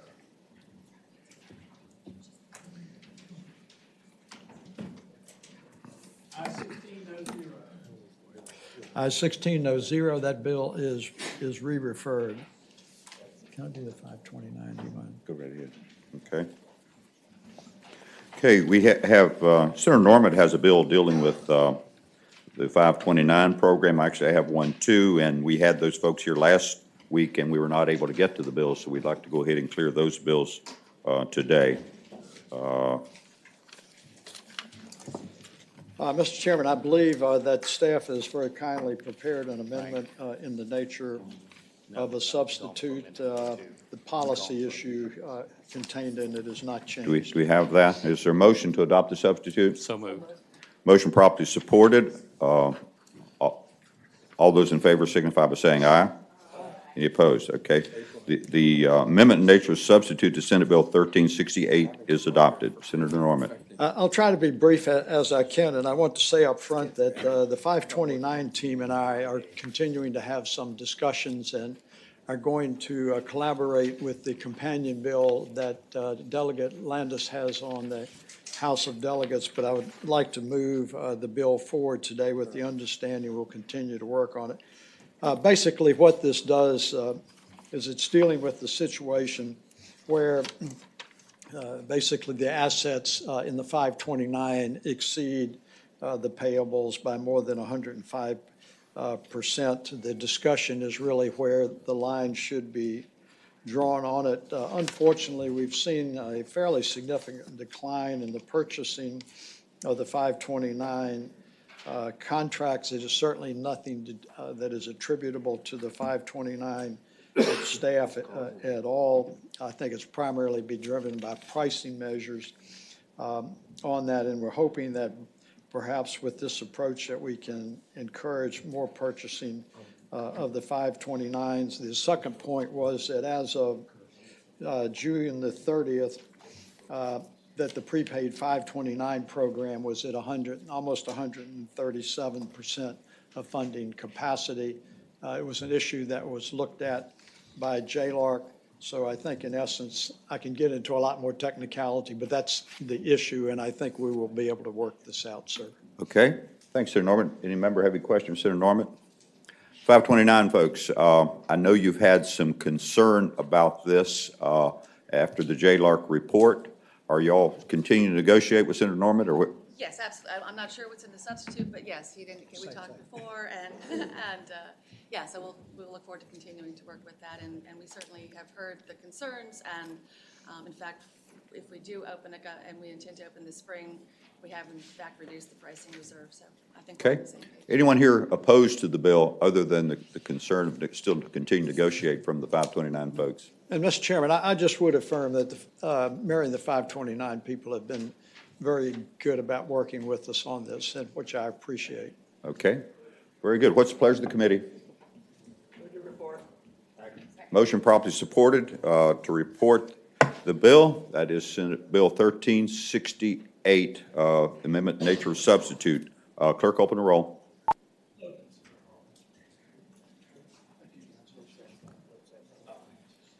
Did Senator Norman do his up there? Or can I do it here? Yes. Okay. Hit all those people up there. Okay. Okay, clerk, close the roll. Two more proxies. Oh, proxies, okay. There we go. You just keep punching.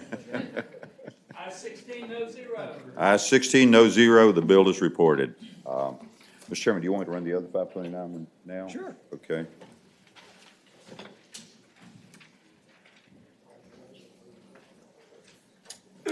Senator Hanger has another 529 bill, which I'm going to take up at this point, just while we've got a continuity of thoughts. So, Thank you, Mr. Chairman. I believe recognize we Senate have a Bill couple other 13. members that have bills as well, but this is, make sure that we don't bring these folks back down here again. This particular bill is Senate Bill You have 1315. 1315, I believe, sir. Mr. Chairman, members of the committee, you may remember we ran this bill through the Senate last year. It was vetted in the Education Committee first and then came to us, and then we approved it. It was held up on the House side, and then we had the JLARC study, which basically, on the House side, particularly in House Appropriations, they wanted to vet this further. JLARC studied the issue, and now we have it in front of, there's some change in methodologies here. And Mary, do you want to just give a quick explanation of your goals? Absolutely, and again, the only thing that's changed in the bill from last year to this year is the date, from 2018 to 2019, so it is a bill. We've spent many years working on this, looking at, again, echoing Senator Norman's comments about increasing participation in the prepaid program. We have tremendous participation in our savings programs, but the prepaid program with the contract and the complexities has become more challenging. So our proposal would be to change the benefit structure in the prepaid program. It will make it more affordable. It's going to make it more flexible, a little bit more simple and clear, and some certainty on what's paid out into the prepaid program. So at its most basic, the amount of pay-in would change, so we would go to units from semesters. So 100 units would equal 1 year of enrollment weighted average tuition, and the payout for wherever someone goes to school would be at the weighted average tuition for a Virginia public school. That's somewhere around $12,500 right now per year, instead of the disparity that we have between over $23,000 and as low as about $9,000. So that's the basics of it. Mr. Chairman, I would think as a layperson, the unit structure, which are more affordable and portable, is the primary feature. It does contain an emergency clause, so they can get this up and going since they've been waiting for a year to implement it. So, Mr. Chairman, that's it. Does any member of the committee have any questions of Senator Hanger? Is there anyone who is not supportive of the bill that would like to be heard? If not, do you have a motion, Senator Hanger? Yes, I move the bill be reported. Second. It's been moved and seconded that Senate Bill 1315 on the 529 is explained by Senator Hanger and Mary be reported. Any discussion? If not, open the roll, please. Please vote your proxies. I did. Got it. Report the roll, please. 16, no zero. Thank you, Mr. Chairman. All right, that bill is reported. Senator Chafin had a bill, 1658, which without objections can be passed by for the day. Of those that are remaining, Senator Vogel, you had a bill 1459. Would you like to do that, ma'am? Yes.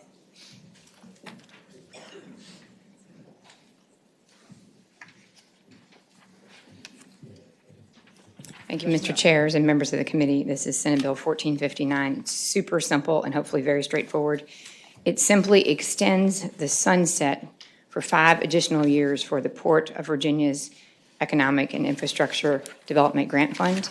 The fund has been incredibly productive to date. It's produced almost 2,000 jobs. And the value in extending it for 5 years is that there are 45 companies still in the pipeline. And were the grant to be extended and those companies be able to take advantage of this, we'd have another 6,500 jobs in the Commonwealth. And so with that, I'd ask the committee's Okay. Does any member of the support. committee have any questions of Senator Vogel regarding Senate Bill 1459? Is anyone who speaks in favor of the bill? Move along, Mike. Moving it along, Senator Norman. And brevity is a gold star. Mike Woods, Troutman Sanders Strategies. We represent the Virginia Economic Developers Association. We too support Senator Vogel's bill. Thank you very much. Nice You're to very hear from welcome. Dustin Reinhardt with the Port of Virginia. We support this bill. Thank you. David White, Virginia Maritime Association. This has been a very important tool in our toolkit to bring jobs here. We support the bill. Thank you very much. Anyone who has a contrary opinion? If not, ladies and gentlemen, Senate Bill 1459 dealing with the Port of Virginia Economic and Infrastructure Development Grant is before you. Is there a motion? Been moved and seconded that Senate Bill 1459 be passed as presented. Any discussion? If not, open the roll.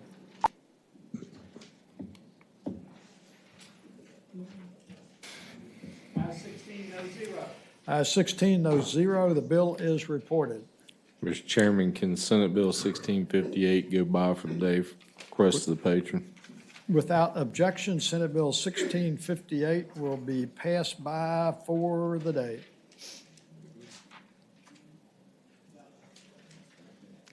I don't think we have any other patrons here. Okay. Well, Newman in here, his is simple, but he didn't want to pause on it, so we may. Yeah, I don't, that's why, that's how I do it. Yeah. All right, with that, the committee will rise.